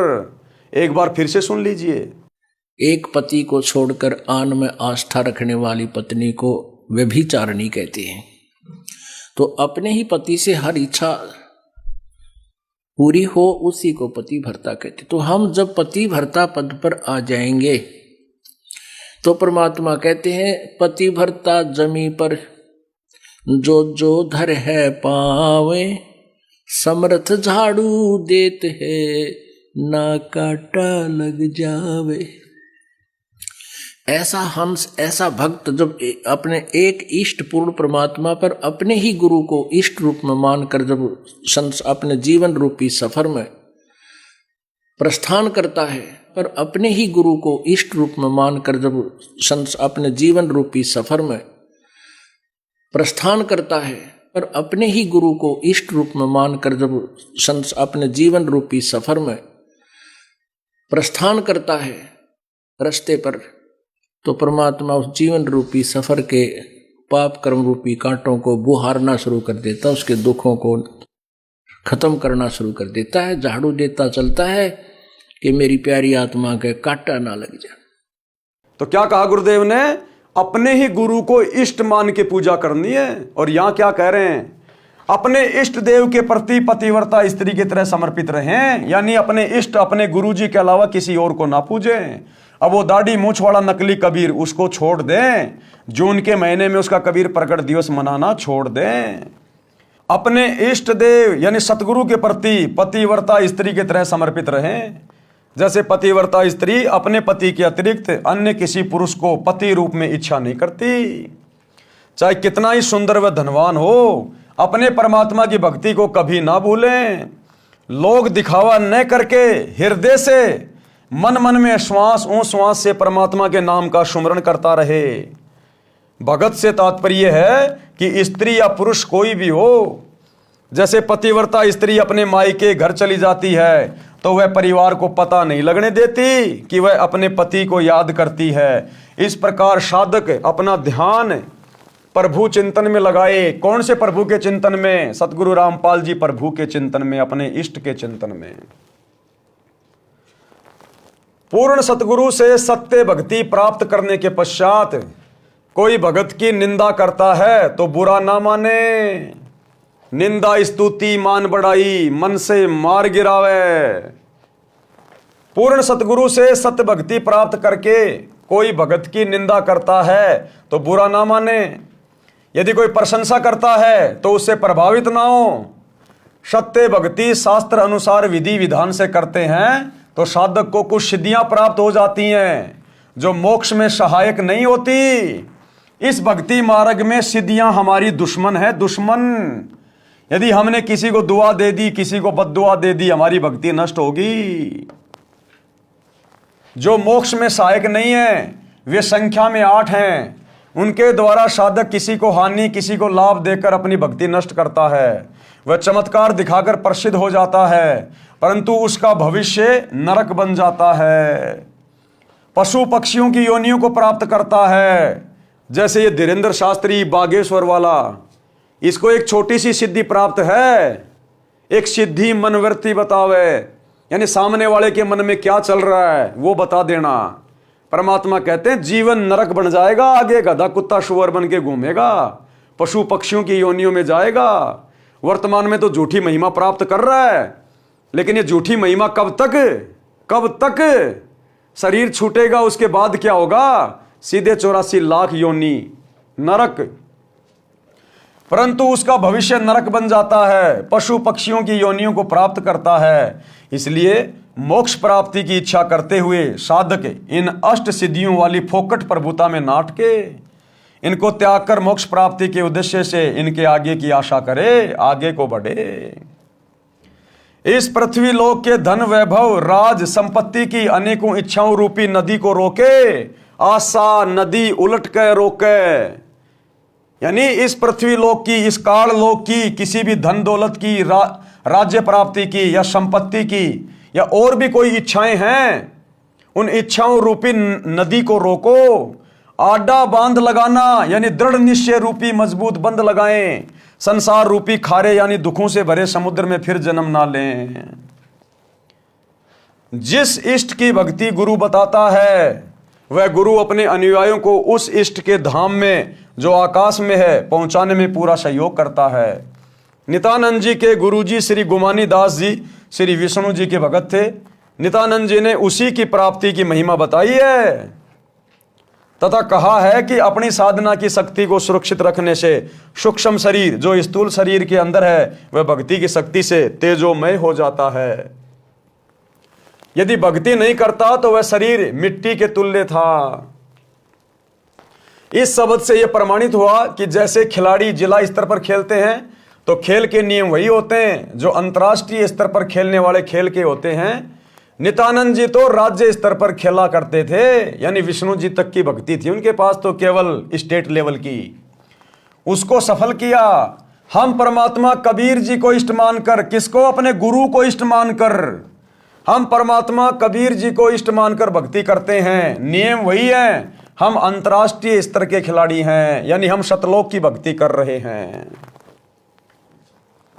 संत नित्यानंद जी ने अपने जीवन के अंतिम दिन जटेला तालाब पर भक्ति करके व्यतीत किए।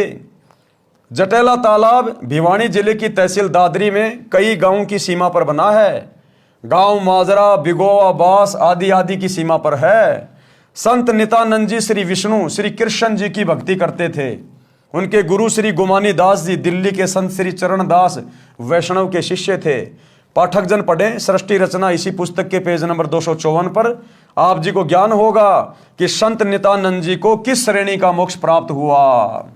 आधा अधूरा, वापस 84 लाख योनियों में जाना पड़ेगा, नरक भी भोगना पड़ेगा श्री विष्णु तक की भक्ति करने वालों को। संत गरीबदास जी को परमात्मा कबीर जी मिले थे। उन्होंने संत गरीबदास जी को बताया कि संत भगत किसी भी स्तर की भक्ति कर रहा है वह आदरणीय है, परंतु जब तक परम सतगुरु यानी पूर्ण गुरु नहीं मिलेगा, और पूर्ण गुरु एक केवल वर्तमान में एक ही है भाई, सतगुरु रामपाल जी, जो 2 अक्षर का सच्चा नाम दीक्षा में देता है, तब तक न तो उस गुरु की मुक्ति है और न शिष्य की। गरीब साध साध सब नेक हैं, आप आपनी ठोर, और जो निज धाम पहुंचाव ही सो साधु कोई और। गरीब साध हमारे सगे हैं, ना काहू को दोष, जो सारनाम बतावई सो साधु सिरपोश। जो सारनाम बताएगा वही साधु पूजा के योग्य है, सिर पर रखने योग्य है, अति सम्माननीय है, पूजनीय है। शब्दार्थ, संत गरीबदास जी ने कहा है कि जो परमात्मा का सत्य मार्ग बताते हैं वे संत अच्छी आत्माएं हैं। उनका उद्देश्य गलत नहीं है।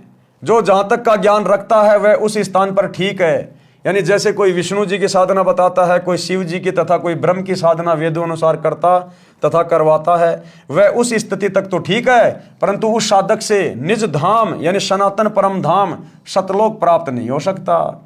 जो संत सतलोक प्राप्ति का मार्गदर्शन करते हैं वे संत उपरोक्त संतों से भिन्न हैं। सतगुरु रामपाल जी सभी से भिन्न हैं, क्योंकि ये परमेश्वर हैं, परमेश्वर स्वयं कबीर भगवान। जो संत परमात्मा के लिए प्रयत्नशील हैं वे सब संत अपने सगे यानी रिश्तेदार हैं, हमारे खास साथी हैं। इनको हम दोष नहीं देते, क्योंकि इनको पूर्ण मोक्ष मंत्र सारनाम का ज्ञान नहीं है। इन संतों का शिष्य बनने से जीव का पूर्ण मोक्ष नहीं होता, जन्म मरण बना रहता है। जो संत सारनाम की दीक्षा देते हैं वे हमारे सिर के ताज हैं, वे सिर माथे पर रखने योग्य हैं, अर्थात विशेष आदरणीय हैं। श्री विष्णु जी का स्वयं जन्म मरण रहता है, तो उपासक को वह मोक्ष नहीं मिल सकता। जो गीता अध्याय 15 श्लोक 4 में कहा है कि तत्वदर्शी संत से तत्व ज्ञान प्राप्ति के पश्चात परमेश्वर के उस परम पद की खोज करनी चाहिए, जहां जाने के पश्चात भगत फिर लौटकर संसार में कभी नहीं आता। केवल उस परमेश्वर की भक्ति करो जिससे संसार रूपी वृक्ष की रचना की है। किस परमेश्वर की? उस परमेश्वर की भक्ति करो जिसने संसार रूपी वृक्ष की रचना की है। संसार का विस्तार जिनसे हुआ है, सारी सृष्टि के रचनहार सतगुरु रामपाल जी भगवान। हिंदू समाज के गुरुजन कहते हैं कि गीता का ज्ञान श्री कृष्ण जी ने अर्जुन को सुनाया। श्री कृष्ण जी श्री विष्णु जी का अवतार यानी स्वयं विष्णु जी माने जाते हैं।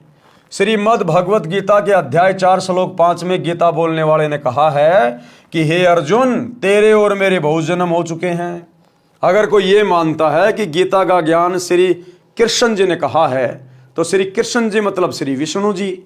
तो गीता अध्याय 4 श्लोक 5 में तो वो खुद स्वीकार कर रहे हैं कि अर्जुन, तेरे और मेरे तो बहुत जन्म हो चुके हैं, तू भी जन्म मृत्यु में और मैं भी जन्म और मृत्यु में।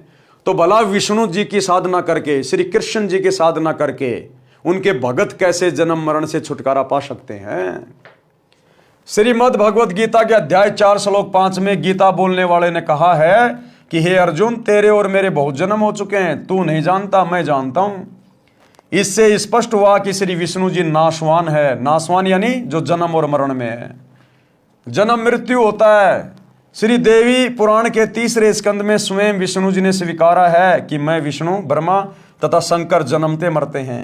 हमारा तो आविर्भाव यानी जन्म तथा तिरोभाव यानी मृत्यु हुआ करता है। इससे भी स्पष्ट है कि श्री विष्णु जी अविनाशी नहीं है। गीता अध्याय 2 श्लोक 17, गीता अध्याय 15 श्लोक 17 में अविनाशी परमात्मा तो गीता ज्ञानदाता से भी अन्य कहा है।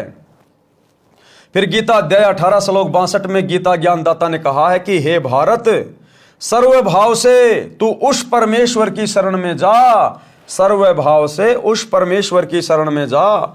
उस परमेश्वर की कृपा से ही तू परम शांति को तथा सनातन परम धाम को प्राप्त होगा। भक्ति मुक्ति के दाता सतगुरु, भटकन प्राणी फिरंदा, और इस साहिब के हुक्म बिना नहीं तरवर पात हिलनता। इस सतगुरु की रजा के बिना उस सनातन परम धाम में कोई झांक भी नहीं सकता। इन प्रमाणों से सहज में पता चलता है कि श्री नित्यानंद जी को गीता में वर्णित पूर्ण मोक्ष प्राप्त नहीं हुआ। कबीर जी ने कहा है कि जो जाकी शरणा बसे ताको ताकी लाज, जल स्यों ही मछली चढ़े बह जाते गजराज। भावार्थ, जो भगत जिस भी देवी देव की भक्ति करता है वह इष्ट अपने भगत को राहत अवश्य देता है, जो सामान्य व्यक्ति के लिए अनहोनी के समान होती है। उदाहरण के लिए यदि किसी व्यक्ति ने थानेदार की सेवा कर रखी है, यानी मित्रता कर रखी है, तो थानेदार अपने मित्र को थाने में आने पर कुर्सी पर बैठाता है, चाय भोजन खिलाता पिलाता है, जो सामान्य व्यक्ति के लिए संभव नहीं है। यह सामान्य व्यक्ति के लिए अनहोनी से कम नहीं है। यदि किसी ने पुलिस अधीक्षक यानी एसपी से पहचान बना रखी है तो उसको और अधिक लाभ होता है। इसी प्रकार हम ऊपर चलें तो प्रांत में यदि मुख्यमंत्री जी से पहचान है तो उसको जो लाभ होगा वह नीचे वालों की तुलना में अनहोनी होगी। इसी प्रकार यदि देश के प्रधानमंत्री जी से मेल हो जाए तो लाभ का वार एन पार नहीं। इसी प्रकार यदि सत्य पुरुष कबीर परमात्मा सतगुरु रामपाल जी की भक्ति मिल जाए तो यहाँ की नीचे की शक्तियां तो हमें वो दे ही नहीं सकती जो ये परमात्मा दे देगा, फिर तो हमारे वारे न्यारे हो जाएंगे। लेखक ये कहना चाहता है कि यदि कोई देवी देवताओं की भक्ति करता है तो लाभ तो उनको भी मिलता है, उन देवी देवताओं की भक्ति करने वाले को भी लाभ देने वाला यही परमात्मा है, यही सतगुरु है। परंतु जो लाभ पूर्ण परमात्मा की भक्ति से सर्व लाभ होता है, यदि प्रधानमंत्री का व्यक्ति है तो उसके साथ देश के सर्व मुख्यमंत्री तथा अन्य अधिकारी कर्मचारी हो जाते हैं, सब उसका सहयोग करते हैं। यानी जब हम सतगुरु रामपाल जी की भक्ति करेंगे तो ये नीचे के देवी देवता तो वैसे हमारे साथ हो जाएंगे, ये हमें फिर परेशान नहीं कर सकते, दुखी नहीं कर सकते, सब उसका सहयोग करते हैं, विरोध का स्थान नहीं रहता। इसी प्रकार पूर्ण परमात्मा की भक्ति करने वाले भगत के साथ विश्व के सब देवी देवता हो जाते हैं, वे उसकी हर संभव सहायता करते हैं, बाधा नहीं करते। यदि कोई भूत पितर प्रेत भैरव बेताल पूर्ण परमात्मा के भगत को हानि करने की सोचता भी है तो देवी देवता ही उनको दूर कर देते हैं। यानी ये देवी देवता सतगुरु रामपाल जी की भक्ति लेने के बाद मर्यादा में रहेंगे तो हमारे सिक्योरिटी गार्ड बनकर रहेंगे, सिक्योरिटी गार्ड। और बताते हैं कि तुम्हें पता है ये किसकी शरण में है, फिर वे शैतानी शक्तियां भय मानकर कोई हानि करने की हिम्मत नहीं करते। यदि गलती से किसी भूत प्रेत ने कुछ छेड़छाड़ परमेश्वर के भगत से कर दी, किस परमेश्वर के भगत से? सतगुरु रामपाल जी परमेश्वर जी के भगत से, तो उसे परमेश्वर के गण पकड़ कर ले जाते हैं और पिटाई करके सलाखों के अंदर बंद कर देते हैं। परमात्मा कबीर जी ने कहा है कि एक साधे सब सदे, सब साधे सब जाए, माली सींचे मूल को फले फूले अगाए। बात अंत में भाई और बहनों वही आएगी, एक के साधे सब सदे, यानी हमने पतिव्रता पद की भक्ति पे आना पड़ेगा। हमने अब जून के महीने में उस नकली दाढ़ी मूंछ वाले कागज के कबीर को इष्ट मानकर कबीर प्रकट दिवस मनाना छोड़ना पड़ेगा। उस दाढ़ी मूंछ वाली फोटो को अपने घर से बाहर निकालना पड़ेगा, लॉकेट से बाहर निकालना पड़ेगा। हमने उन फोटोओं को दंडवत भी नहीं करना। हमने पतिव्रता पद पे आना है, हमारा पति हमारा गुरु है, ये हमारे इष्ट हैं, हमारे परमेश्वर हैं, हमने इस पद पे आना पड़ेगा। एक के साधे सब सदे, एक सतगुरु की भक्ति करने से, इनको साधने से सब की भक्ति सफल हो जाती है। और सब साधे सब जाए, और यदि हम सब की भक्ति करते रहेंगे, सभी को मानते रहेंगे, गरीबदास जी का भी बोध दिवस मना रहे हैं, और दाढ़ी मूंछ वाले कबीर जी का भी प्रकट दिवस मना रहे हैं, और अपने गुरु जी को भी कह रहे हैं हमारे गुरु जी भगवान है, परमात्मा है, तो परमात्मा कहते हैं फिर तुम्हारा सब कुछ नष्ट हो जाएगा, बर्बाद हो जाएगा।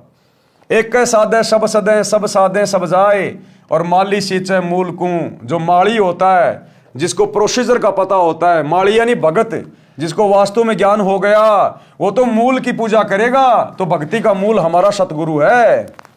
तो फले फूले अघाए, उसके बाद देखना कैसे भगत की भक्ति रूपी बगीची फूलों से फलों से लदपद हो जाएगी। शब्दार्थ, आम या अन्य पेड़ के पौधे की जड़ को जमीन में गड्ढा बनाकर रोपते हैं, जड़ की सिंचाई करते हैं। एक जड़ को साधने यानी पूजा करने से पौधे के सर्व अंग विकसित होते हैं। पौधा अच्छी तरह फलता फूलता है। पौधा पेड़ बनकर छाया, लकड़ी तथा फल देता है। यदि उस पौधे की शाखाओं को जमीन में गड्ढे में रोपकर सब शाखाओं की सिंचाई करेंगे और मूल की सिंचाई नहीं करेंगे तो सब कुछ नष्ट हो जाएगा। जगत वाले भाई बहनों को समझाने के लिए गुरुदेव कह रहे हैं, यदि सतगुरु की शरण में आने के बाद आपने उन पहले वाले देवी देवताओं को पूजना जारी रखा तो समझो आप तो पेड़ को टहनियों की ओर से जमीन में गाड़ रहे हो, और आप तो पेड़ की टहनियों में पानी डाल रहे हो, खाद डाल रहे हो, वो पेड़ सूख जाएगा। आपने पेड़ की जड़ में खाद पानी डालना पड़ेगा। जिससे आपने भक्ति ली है, जो आपका सतगुरु है, वो इस भक्ति रूपी पेड़ की जड़ है। जैसा सतगुरु कहे हमने वही भक्ति करनी है, वैसी करनी है, तब हमारा ये भक्ति रूपी पेड़ फलेगा फूलेगा। यदि पौधे की शाखाओं को जमीन में गड्ढे में रोपकर सब शाखाओं की पूजा करेंगे और मूल की सिंचाई नहीं करेंगे तो सब कुछ नष्ट हो जाएगा। माली यानी पौधा रोपण का जानकार, जिसे माली कहते हैं, वह मूल की ओर से पौधे को जमीन में लगाता है, मूल की सिंचाई करता है, लाभ लेता है। इसी प्रकार तत्वदर्शी संत संसार रूपी पौधे की मूल यानी परम अक्षर ब्रह्म को इष्ट मानकर पूजा करता तथा करवाता है। वह उस एक की पूजा करके सर्व देवों को साध लेता है। सभी देवता उसी सत्य पुरुष की आज्ञा में चलते हैं, साधक का कार्य सिद्ध करते हैं। यदि सब देवों की पूजा करेंगे तो सत्य पुरुष रुष्ट हो जाएगा। अगर सभी देवताओं की पूजा करेंगे तो सत्य पुरुष क्या हो जाएगा? नाराज। तो सत्य पुरुष कौन है? सतगुरु रामपाल जी। और उनके रहते सहते यदि हम गरीबदास जी का बोध दिवस मनाएंगे इस भक्ति में आने के बाद, दाढ़ी मूछ वाली मुर्दा फोटो को भगवान मान के इष्ट मान के पूजेंगे, कबीर प्रकट दिवस मनाएंगे, तो भाई परमात्मा नाराज होगा, रुष्ट होगा। यदि सब देवों की पूजा करेंगे तो सत्य पुरुष रुष्ट हो जाएगा। उसकी आज्ञा के बिना देवता कुछ नहीं कर पाते। यानी साधक की साधना शास्त्र के विरुद्ध होने के कारण कुछ लाभ नहीं मिलता। इसलिए पूर्ण परमात्मा की भक्ति करें। वर्तमान में मेरे रामपाल दास के अतिरिक्त विश्व में किसी को सत्ज्ञान नहीं है। आप आएं और दीक्षा लेकर अपना तथा परिवार का कल्याण करवाएं। ये तो स्वयं सिद्ध है भाई और बहनों। ये तो मजबूरीवश गुरुदेव भगवान को बार बार अपना नाम लेके बोलना पड़ता है, क्योंकि परमात्मा कहते हैं कि हमने अपनी महिमा खुद करनी पड़ती है, स्वयं करनी पड़ती है। हमारे बारे में यहाँ दूसरा कोई नहीं जानता, इसलिए हमारी महिमा हमने आप बखानी। परमात्मा कहते हैं हमें अपनी महिमा स्वयं ही बतानी पड़ती है कि हमारे समान और किसी को ज्ञान नहीं है। तो भाई और बहनों, अब आप और हमारी तो समझ में आ जानी चाहिए कि सतगुरु रामपाल जी के अलावा धरती पर जीव आत्मा का ठिकाना नहीं है, कहीं ठोर ठिकाना नहीं है। अगला जन्म यदि सतभक्ति शुरू नहीं की तो सीधा 84 लाख योनियों से शुरू होगा। गधे कुत्ते सूअर के जन्म मिलेंगे। अब आगे गुरुदेव भगवान हमें कथा सुना रहे हैं, मनीराम कथावाचक पंडित जी की कहानी। यानी कौन अधिकारी है, कौन अधिकारी नहीं है, भक्ति कैसे करनी है, क्या है। एक मनीराम नाम के पंडित जी की कथा सुना रहे हैं। मनीराम नाम का कथावाचक पंडित प्रसिद्ध था। हरियाणा के एक गांव में रामायण की कथा का आयोजन किया। रामायण की कथा अधिक से अधिक 11 दिन में संपूर्ण हो जाती है। मनीराम पंडित जी ने 30 दिन में संपूर्ण की। धन के लालच में, पैसे के लालच में कि रोज चढ़ावा आएगा। विचार किया था कि अधिक दिन कथा चलेगी तो प्रतिदिन दान आएगा, इस प्रकार अधिक दक्षिणा प्राप्त होगी। 30 दिन की कथा में मनीराम पंडित जी को 30 रुपए ही प्राप्त हुए। गांव के कुछ व्यक्तियों ने जिस दिन मनीराम ने कथा का समापन करना था उस दिन उसी समय दिल्ली से नाचने गाने वाली प्रसिद्ध नर्तिका चंपा कली का नाच गाना करा दिया। सारा गांव नाच गाना देखने सुनने उमड़ पड़ा। 2 घंटे में चंपा कली को 500 रुपए मिले और मनीराम जी को 30 दिन में कुल 30 रुपए प्राप्त हुए। पंडित जी के दुख का कोई वार पार नहीं रहा। रास्ते में गांव छुड़ानी था। मनीराम जी को पता था कि यहाँ गरीबदास जी परम संत रहते हैं, उनसे मिलकर आगे चलूंगा। संत गरीबदास जी के पास गांव तथा आसपास के गांव के 10-12 भगत बैठे थे। उसी समय पंडित मनीराम जी पहुंच गए। संत गरीबदास जी से राम राम किया। संत गरीबदास जी ने भी राम राम कहा तथा उचित आसन देकर बैठाया।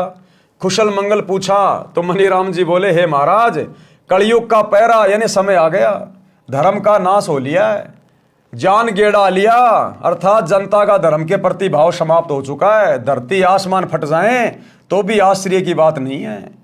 उपस्थित भक्तों ने पूछा कि हे पंडित जी, ऐसी क्या बात हो गई? मनीराम जी बोले कि क्या बताऊं, संत गरीबदास जी तो सब जानते हैं। भक्तों ने पूछा कि हे महाराज जी, ऐसी क्या बात हो गई जिससे पंडित जी को ठेस लगी है? संत गरीबदास जी ने कहा कि गरीब फूटी आंख विवेक की, अंधा है जगदीश, और चंपा कली को 500 मनीराम को 30। कि भाई असल राम कहानी ये है। दुख पंडित जी को इस बात का है कि इनकी इच्छा अनुसार इनको दक्षिणा नहीं मिली। भावार्थ, जिस जगदीश नाम के व्यक्ति ने जानबूझकर शरारत करके मनीराम जी की कथा के भोग लगने वाले दिन नाचने गाने वाली चंपाकली का प्रोग्राम कराया था, वह ज्ञान नेत्रहीन अंधा है। गांव के व्यक्तियों का भी विवेक, सोच विचार की आंखें फूटी हैं, यानी उन्होंने भी विचार नहीं किया कि धर्म कथा चल रही है, उसका विरोध ऐसे अभद्र तरीके से नहीं करना चाहिए था। हे भक्तों, मनीराम जी ने 11 दिन में संपूर्ण होने वाली कथा को अधिक दक्षिणा प्राप्त करने के लालचवश 30 दिन तक खींचा। गांव के कुछ शरारती व्यक्ति भी मनीराम जी के उद्देश्य से परिचित थे, जिस कारण से उन्होंने पंडित जी को सबक सिखाने के लिए नाचने वाली को बुलाकर महापाप किया है। यह सच्चाई संत गरीबदास जी के मुख से सुनकर मनीराम जी के आश्चर्य का ठिकाना नहीं था। अब मनीराम ने सोचा कि मैंने किसी को बताया नहीं, अखबार में आई नहीं, टीवी चैनल उस समय थे नहीं, और ना कोई मोबाइल थे उस समय कि भाई किसी ने गरीबदास जी को पहले बता दिया होगा। अब मनीराम ने देखा ये बात तो मुझे पता है, और मेरे दुख को, मेरे मन की बात को और ये महाराज जी जान गए, ये तो अंतर्यामी है। चरणों में गिर गया उसी समय। वह सोच रहा था कि आज 11:30 बजे भोग लगाकर मैं सीधा यहां पहुंचाऊं। संत गरीबदास जी को कैसे पता चला? ये तो परमात्मा है। भाई, जब संत गरीबदास जी परमात्मा हो सकते हैं तो सतगुरु रामपाल जी के परमात्मा होने में फिर क्या संदेह है? वही सेम टू सेम लीला गरीबदास जी ने की, वही सेम टू सेम लीला सतगुरु रामपाल जी कर रहे हैं। गरीबदास जी भी हरियाणा में आए, सतगुरु रामपाल जी भी हरियाणा में आए। गरीबदास जी भी जाट किसान परिवार में, सतगुरु रामपाल जी भी जाट किसान परिवार में। गरीबदास जी ने भी शादी करने की लीला की, सतगुरु रामपाल जी ने भी शादी करने की लीला की। गरीबदास जी के भी 6 संतान, सतगुरु रामपाल जी के भी 4 संतान। और गरीबदास जी भी सामान्य वेशभूषा में, सतगुरु रामपाल जी भी सामान्य वेशभूषा में। और शरीर छोड़ने के बाद में लोगों को पता चला, जब उनकी चिता से अस्थियां नहीं मिली, तब पता चला ये तो परमात्मा है। परमात्मा तो वही लीला तो सतगुरु रामपाल जी भगवान कर रहे हैं। गरीबदास जी ने वो ग्रंथ साहिब लिखा, सतगुरु रामपाल जी उसी ग्रंथ साहिब का जिसमें पूरे विश्व की भाषाओं का समावेश है, आज उसका खुलासा कर रहे हैं। तो भाई इनके परमात्मा होने में फिर क्या संदेह हो गया? ये तो कॉमन सेंस की बात है। संत गरीबदास जी को कैसे पता चला ये तो परमात्मा है? सब जानते हैं। मनीराम आसन से उठा और संत गरीबदास जी के चरणों में गिर गया और बोला, प्रभु आपने सच कहा है कि मैंने भी लालचवश कथा को लंबा खींचा था, आप तो जानी जान हो। हे प्रभु, धर्म कर्म तथा जीने की सच्ची राह दिखाइए। तब संत गरीबदास जी ने सत्संग करके उस पुण्यात्मा मनीराम जी को बताया कि फिर मनीराम जी को परमात्मा ने कथा सुनाई, उसको सत्य से परिचित कराया कि पंडित जी तुम कथा करने के अधिकारी नहीं हो। अरे द्वापर युग में राजा परीक्षित को 7 दिन की भागवत की कथा सुनाने के लिए जब कहा गया कि भाई 7 दिन बाद इसको तक्षक नाग डसेगा और 7 दिन तक इसकी सुरती ऊपर के लोकों में लगाओ, बैकुंठ में लगाओ इसको भागवत की कथा सुना के, क्योंकि जहां आशा तहां भाषा होई, मन कर्म वचन सुमरियो सोई। वो कथा इसलिए सुनाई जा रही थी ताकि इसका ध्यान ऊपर जाए, यही राजपाट में बेटा बेटियों में ना रहे, नहीं तो यहीं पे कुत्ता बन के आएगा वापस। तो उस समय पूरी पृथ्वी पर द्वापर युग में भागवत की कथा करने के लिए कोई पंडित सामने नहीं आया। वेद व्यास जी जिन्होंने खुद वो लिखी थी, उन्होंने भी हाथ खड़े कर दिए कि भैया मैं ये कथा करने का अधिकारी नहीं। और आज ये ऐरे गहरे नथु बैरे, जिनके सिर ना पैर, जिनके ज्ञान का कोई सिर ना पैर हैं, ये धीरेन्द्र शास्त्री, अनिरुद्धाचार्य, देवकीनंदन ठाकुर, प्रेमानंद, हैं, ये दुनिया भर के लोग ले लेके भागवत और ये कथाएं कर रहे हैं। अरे द्वापर युग में किसी पंडित ने हाँ नहीं भरी, किसी धर्म गुरु ने हाँ नहीं भरी, और तुम कलयुग के पंडितों जानते कुछ भी नहीं, ABCD भी नहीं जानते भक्ति और भगवान की। तुम्हारा आचरण, तुम्हारा धर्म, तुम्हारा कर्म सब कुछ शास्त्रों के खिलाफ है। तुम्हारा भगवान शास्त्रों के खिलाफ है, तुम्हारी पूजा पाठ की पद्धति शास्त्रों के खिलाफ है, तुम्हारे मूल मंत्र शास्त्रों के खिलाफ है।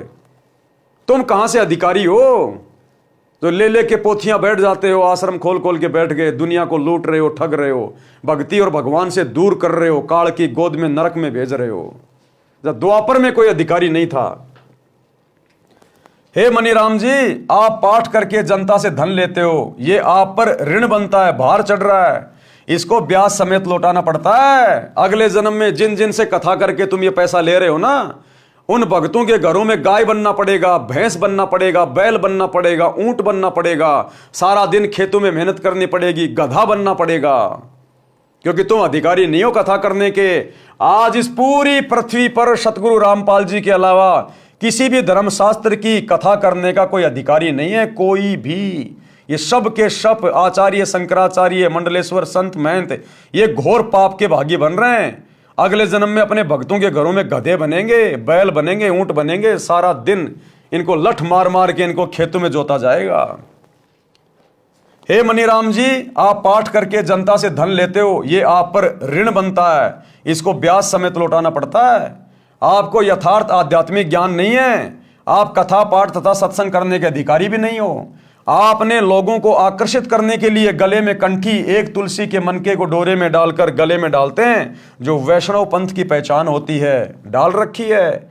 एक माला 108 रुद्राक्ष के मणकों की डाल रखी है, जो मंत्र जाप के लिए होती है, जिसे संतजन सुमरणी कहते हैं। मस्तिष्क में तिलक लगा कर रखा है, पीले वस्त्र धारण कर रखे हैं। संत गरीबदास जी ने वाणी द्वारा समझाया कि कंठी माला सुमरणी पहनने से क्या होए, ऊपर ढूंढा साध का अंतर राख्या खोए, कि अंदर तेरे को ज्ञान दो दे लेगा नहीं है और ऊपर से तू एक नंबर का भगत बना दिखाई दे रहा है। भावार्थ, हे मनीराम जी, ऊपर के दिखावे से तो आप साधु लगते हो, यानी बाहरी आडंबर का तो ढूंढा उठा रखा है। आपकी वेशभूषा को देखकर तो भगत समाज कटकर मर जाए, परंतु अंदर गुण साधु के बिल्कुल नहीं। लालच के कारण अंतःकरण मलिन बना रखा है, साधुता खो रखी है, यानी संत भाव नहीं है। इसलिए कंठी माला सुमरणी को गले में डालने से साधु नहीं बनता। आत्म कल्याण के लिए पूर्ण संत से दीक्षा लेकर आजीवन मर्यादा में रहकर भक्ति करने से कल्याण होता है। आप पाठ करने के अधिकारी नहीं हो। अधिकारी बिना पाठ करना यजमान के साथ धोखा है। आपके पूर्वज ऋषिजन वास्तव में पंडित थे, विद्वान पुरुष थे, वे ऐसी गलती नहीं करते थे। यानी तुम्हारे पूर्वज जो द्वापर में थे वो ऐसी गलती नहीं करते थे। संत गरीबदास जी ने उदाहरण द्वारा समझाया है। राजा परीक्षित का उद्धार। अब मनीराम पंडित जी को गरीबदास जी ने राजा परीक्षित की कथा सुनाई, कैसे उसको तक्षक नाग ने डसा, कैसे उसको श्राप लगा, और 7 दिन की भागवत सुनाने के लिए द्वापर युग में कोई भी पंडित ऋषि कथावाचक सामने नहीं आया। सबने हाथ खड़ा कर दिया, क्योंकि 7वें दिन उसका रिजल्ट आना था। इसलिए सब के सब डर गए कि तुम्हारी पोल पट्टी खुल जाएगी, क्योंकि तुम अधिकारी नहीं हो। आज इन लोगों को डर नहीं है, इसलिए ले लेके कांख में पोथी और ये भागवत करने के लिए गांव गांव में जाके लगा के पांडाल बैठ जाते हैं। राजा परीक्षित का उद्धार। जिस समय राजा परीक्षित को ऋषि के श्रापवश तक्षक सर्प ने डसना था, तो राजा परीक्षित जी के उद्धार के लिए श्रीमद् भागवत सुधा सागर की 7 दिन की कथा करनी थी। पृथ्वी के सभी ऋषियों तथा पंडितों से श्री भागवत की कथा परीक्षित को सुनाने का आग्रह किया गया। वे वास्तव में पंडित थे, वे परमात्मा के विधान को जानते थे। उनको यह भी पता था कि 7वें दिन परिणाम आएगा। विश्व के बुद्धिजीवी व्यक्तियों की दृष्टि 7वें दिन परीक्षित का क्या होगा, इस पर टिकी थी। पृथ्वी के सभी पंडितों ने श्रीमद् भागवत की कथा सुनाने से मना कर दिया तथा कह दिया कि हम अधिकारी नहीं हैं, हम किसी के मानव जीवन के साथ खिलवाड़ करके पाप के भागी नहीं बनेंगे। जिस वेदव्यास जी ने श्रीमद् भागवत को लिखा था, उसने भी कथा सुनाने से इनकार कर दिया। सब ऋषियों ने बताया कि स्वर्ग से ऋषि सुखदेव जी को इस कार्य के लिए बुलाया जाए, वे कथा सुनाने के अधिकारी हैं। राजा परीक्षित के लिए स्वर्ग से सुखदेव ऋषि को बुलाया गया। कुछ समय नरक भोगकर युधिष्ठिर स्वर्ग में पुण्य फल भोग रहा है। उसने वंश के मोहवश होकर अर्जुन के पौत्र परीक्षित के उद्धार के लिए अपने कुछ पुण्यों को सुखदेव यानी सुखदेव ऋषि को दान किया। उस पुण्य की कीमत से श्री सुखदेव ऋषि जी विमान में बैठकर पृथ्वी पर परीक्षित राजा को श्रीमद् भागवत की कथा सुनाने आए। 7 दिन कथा सुनाकर परीक्षित का राज तथा परिवार से मोह समाप्त किया। तक्षक सर्प ने परीक्षित को कथा के दौरान ही डसा। उसी समय राजा की मृत्यु हो गई, परंतु कथा सुनने से परीक्षित का ध्यान संसार से हटकर स्वर्ग के सुख में लीन था। राजा के पद पर रहते हुए परीक्षित जी ने बड़े बड़े धर्म यज्ञ किए थे, जिस कारण से उनके पुण्यों का ढेर लगा था। वाणी में परमात्मा का विधान बताया है कि कबीर, जहां आशा तां बाशा होई, यानी मरते समय जहां भी आपकी इच्छा होगी, आपकी सुरती होगी, आपकी सोच होगी, मन कर्म वचन सुमरियो सोई। कहते हैं जहां आशा तां बाशा होई, अंत समय में मृत्यु के समय में जहां आपकी इच्छा होगी वहीं आपका पुनर्जन्म होगा। इसलिए कहते हैं मन कर्म वचन परमात्मा को सुमरते रहना चाहिए। गीता अध्याय 8 श्लोक 6 में भी यही प्रमाण है कि हे भारत, परमात्मा का यह विधान है कि जो अंत समय में जिसमें भाव यानी आस्था रखकर सुमरण करता है वह उसी को प्राप्त होता है। इसी विधान अनुसार राजा परीक्षित का जीव स्थूल शरीर त्याग कर जो सर्प विष से मर गया था, सूक्ष्म शरीर युक्त सुखदेव ऋषि के साथ विमान में बैठकर स्वर्ग में चला गया।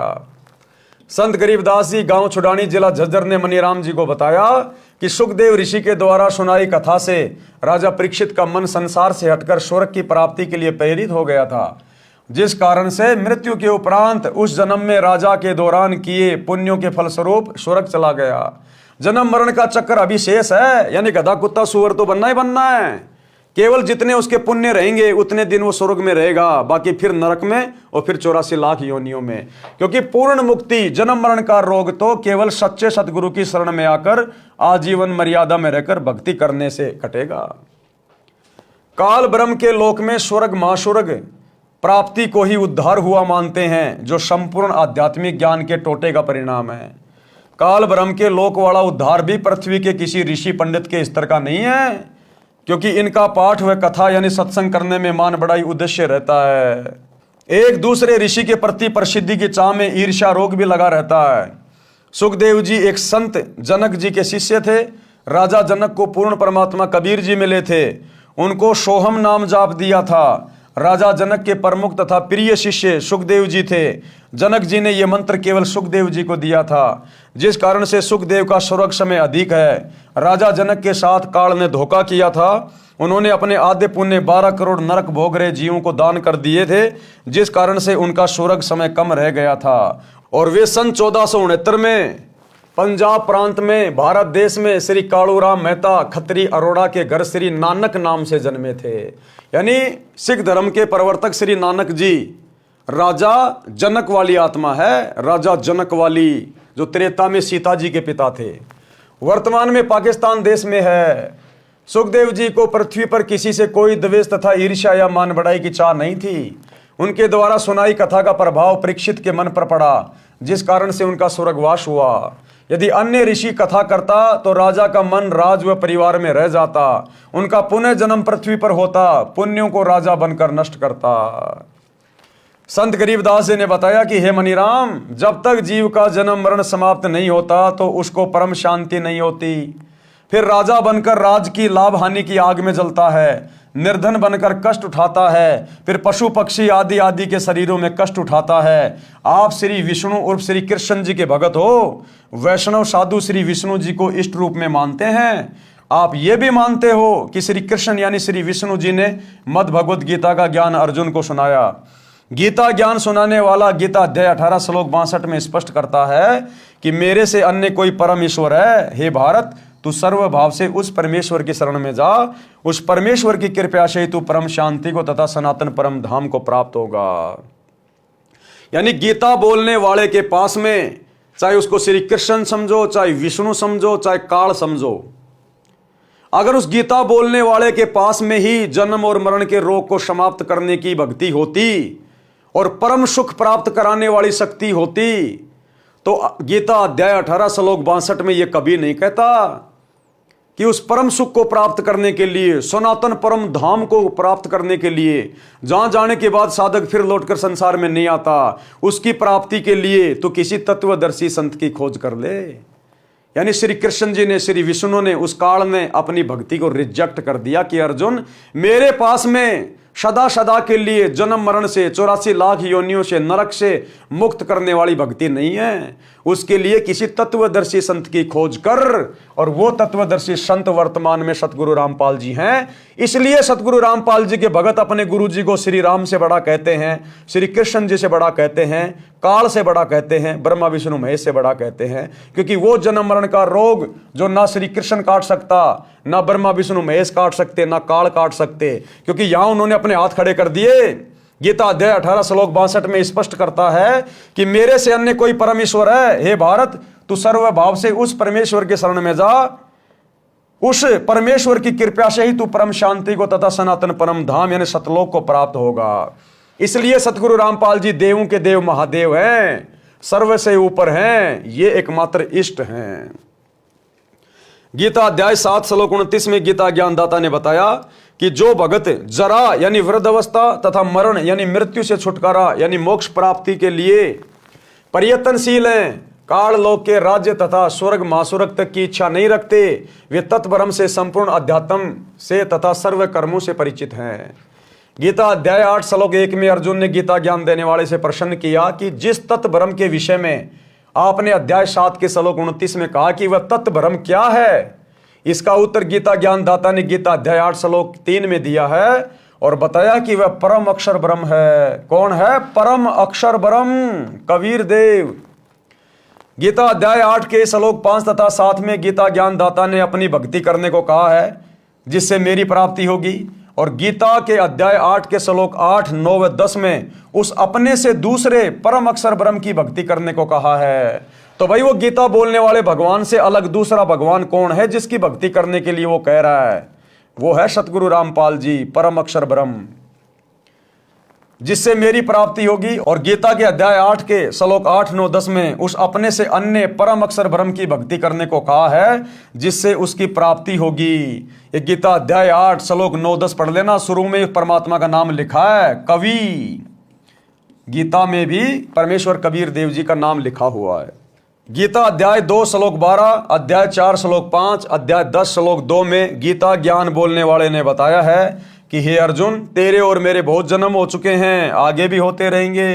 अर्थात गीता ज्ञान देने वाला खुद जन्म और मरण में है, तो ये जन्म मरण का रोग तो सतगुरु रामपाल जी काट सकते हैं, सृष्टि में कोई दूसरा नहीं। गीता अध्याय 2 श्लोक 17 में जो अविनाशी परमात्मा कहा है तथा अध्याय 15 श्लोक 16, 17 में 3 पुरुष प्रभु बताए हैं। श्लोक 16 में क्षर पुरुष तथा अक्षर पुरुष का वर्णन है, दोनों नाशवान बताए हैं। फिर अध्याय 15 श्लोक 17 में अविनाशी परम अक्षर ब्रह्म की जानकारी बताई है। वह उत्तम पुरुष यानी सर्वश्रेष्ठ परमात्मा कहा है, वही तीनों लोकों का पालन पोषण करता है, वास्तव में अविनाशी है। गीता अध्याय 15 श्लोक 4 में गीता ज्ञान देने वाले ने स्पष्ट किया है कि तत्वदर्शी संत मिलने के पश्चात परमेश्वर के उस परम पद की खोज करनी चाहिए जहां जाने के पश्चात फिर लौटकर साधक संसार में कभी नहीं आते। अर्थात तत्वदर्शी संत की शरण में आने के बाद फिर सदा सदा के लिए जन्म मरण का रोग कट जाता है, 84 लाख योनियों का कष्ट मिट जाता है। वो साधक सदा सदा के लिए परम धाम सतलोक में चला जाता है। उस परमात्मा की ही भक्ति करनी चाहिए जिससे संसार रूपी वृक्ष की पर्वतीय विस्तार को प्राप्त हुई है, यानी जिस परमात्मा ने विश्व की रचना की है। संत गरीबदास जी ने मनीराम को बताया कि परम अक्षर ब्रह्म यानी तत्ब्रह्म की भक्ति मेरे यानी संत गरीबदास जी के पास है। उस समय गरीबदास जी के पास थी क्योंकि गरीबदास जी भी स्वयं परमात्मा थे, और वर्तमान में सतगुरु रामपाल जी के पास है क्योंकि ये स्वयं परमात्मा है, यही स्वयं गरीबदास जी हैं। यदि आप जी को पूर्ण मोक्ष करवाना है तो दीक्षा लो और कल्याण करवा लो। मनीराम जी को गीता के सर्व श्लोक कंठस्थ थे, तुरंत समझ गए और दीक्षा लेकर पाखंड त्याग कर कल्याण कराया। और वर्तमान में यदि किसी को गीता के श्लोक याद नहीं है तो सतगुरु रामपाल जी ने गीता जी को पहली कक्षा का कायदा बना दिया है। आप यूट्यूब पर जाकर उनके सत्संग सुन सकते हैं, बहुत अच्छे से गीता जी को समझ सकते हैं, चारों वेदों को समझ सकते हैं, जो कि हिंदू समाज के लिए पहाड़ से कम नहीं है। लेकिन सतगुरु रामपाल जी ने अपने तत्व ज्ञान से पुस्तकें लिखकर सत्संग बना बना कर पहली कक्षा की पुस्तकें बना दी है। इतना आसान कर दिया गीता, वेद, कुरान, पुराण, बाइबल को समझना। तो भाई और बहनों, आज के वीडियो में हम केवल इतना ही लेंगे। अगले वीडियो में पंडित की परिभाषा क्या होती है हम यहां से शुरू करेंगे। तो कल रात्रि 8 बजे सभी भाई बहन फिर से जुड़िए। तब तक गुरुदेव भगवान हम सबको आज्ञा दें, इजाजत दें, आशीर्वाद दें, सद्बुद्धि दें। बंदी छोड़ सतगुरु रामपाल जी भगवान की जय हो।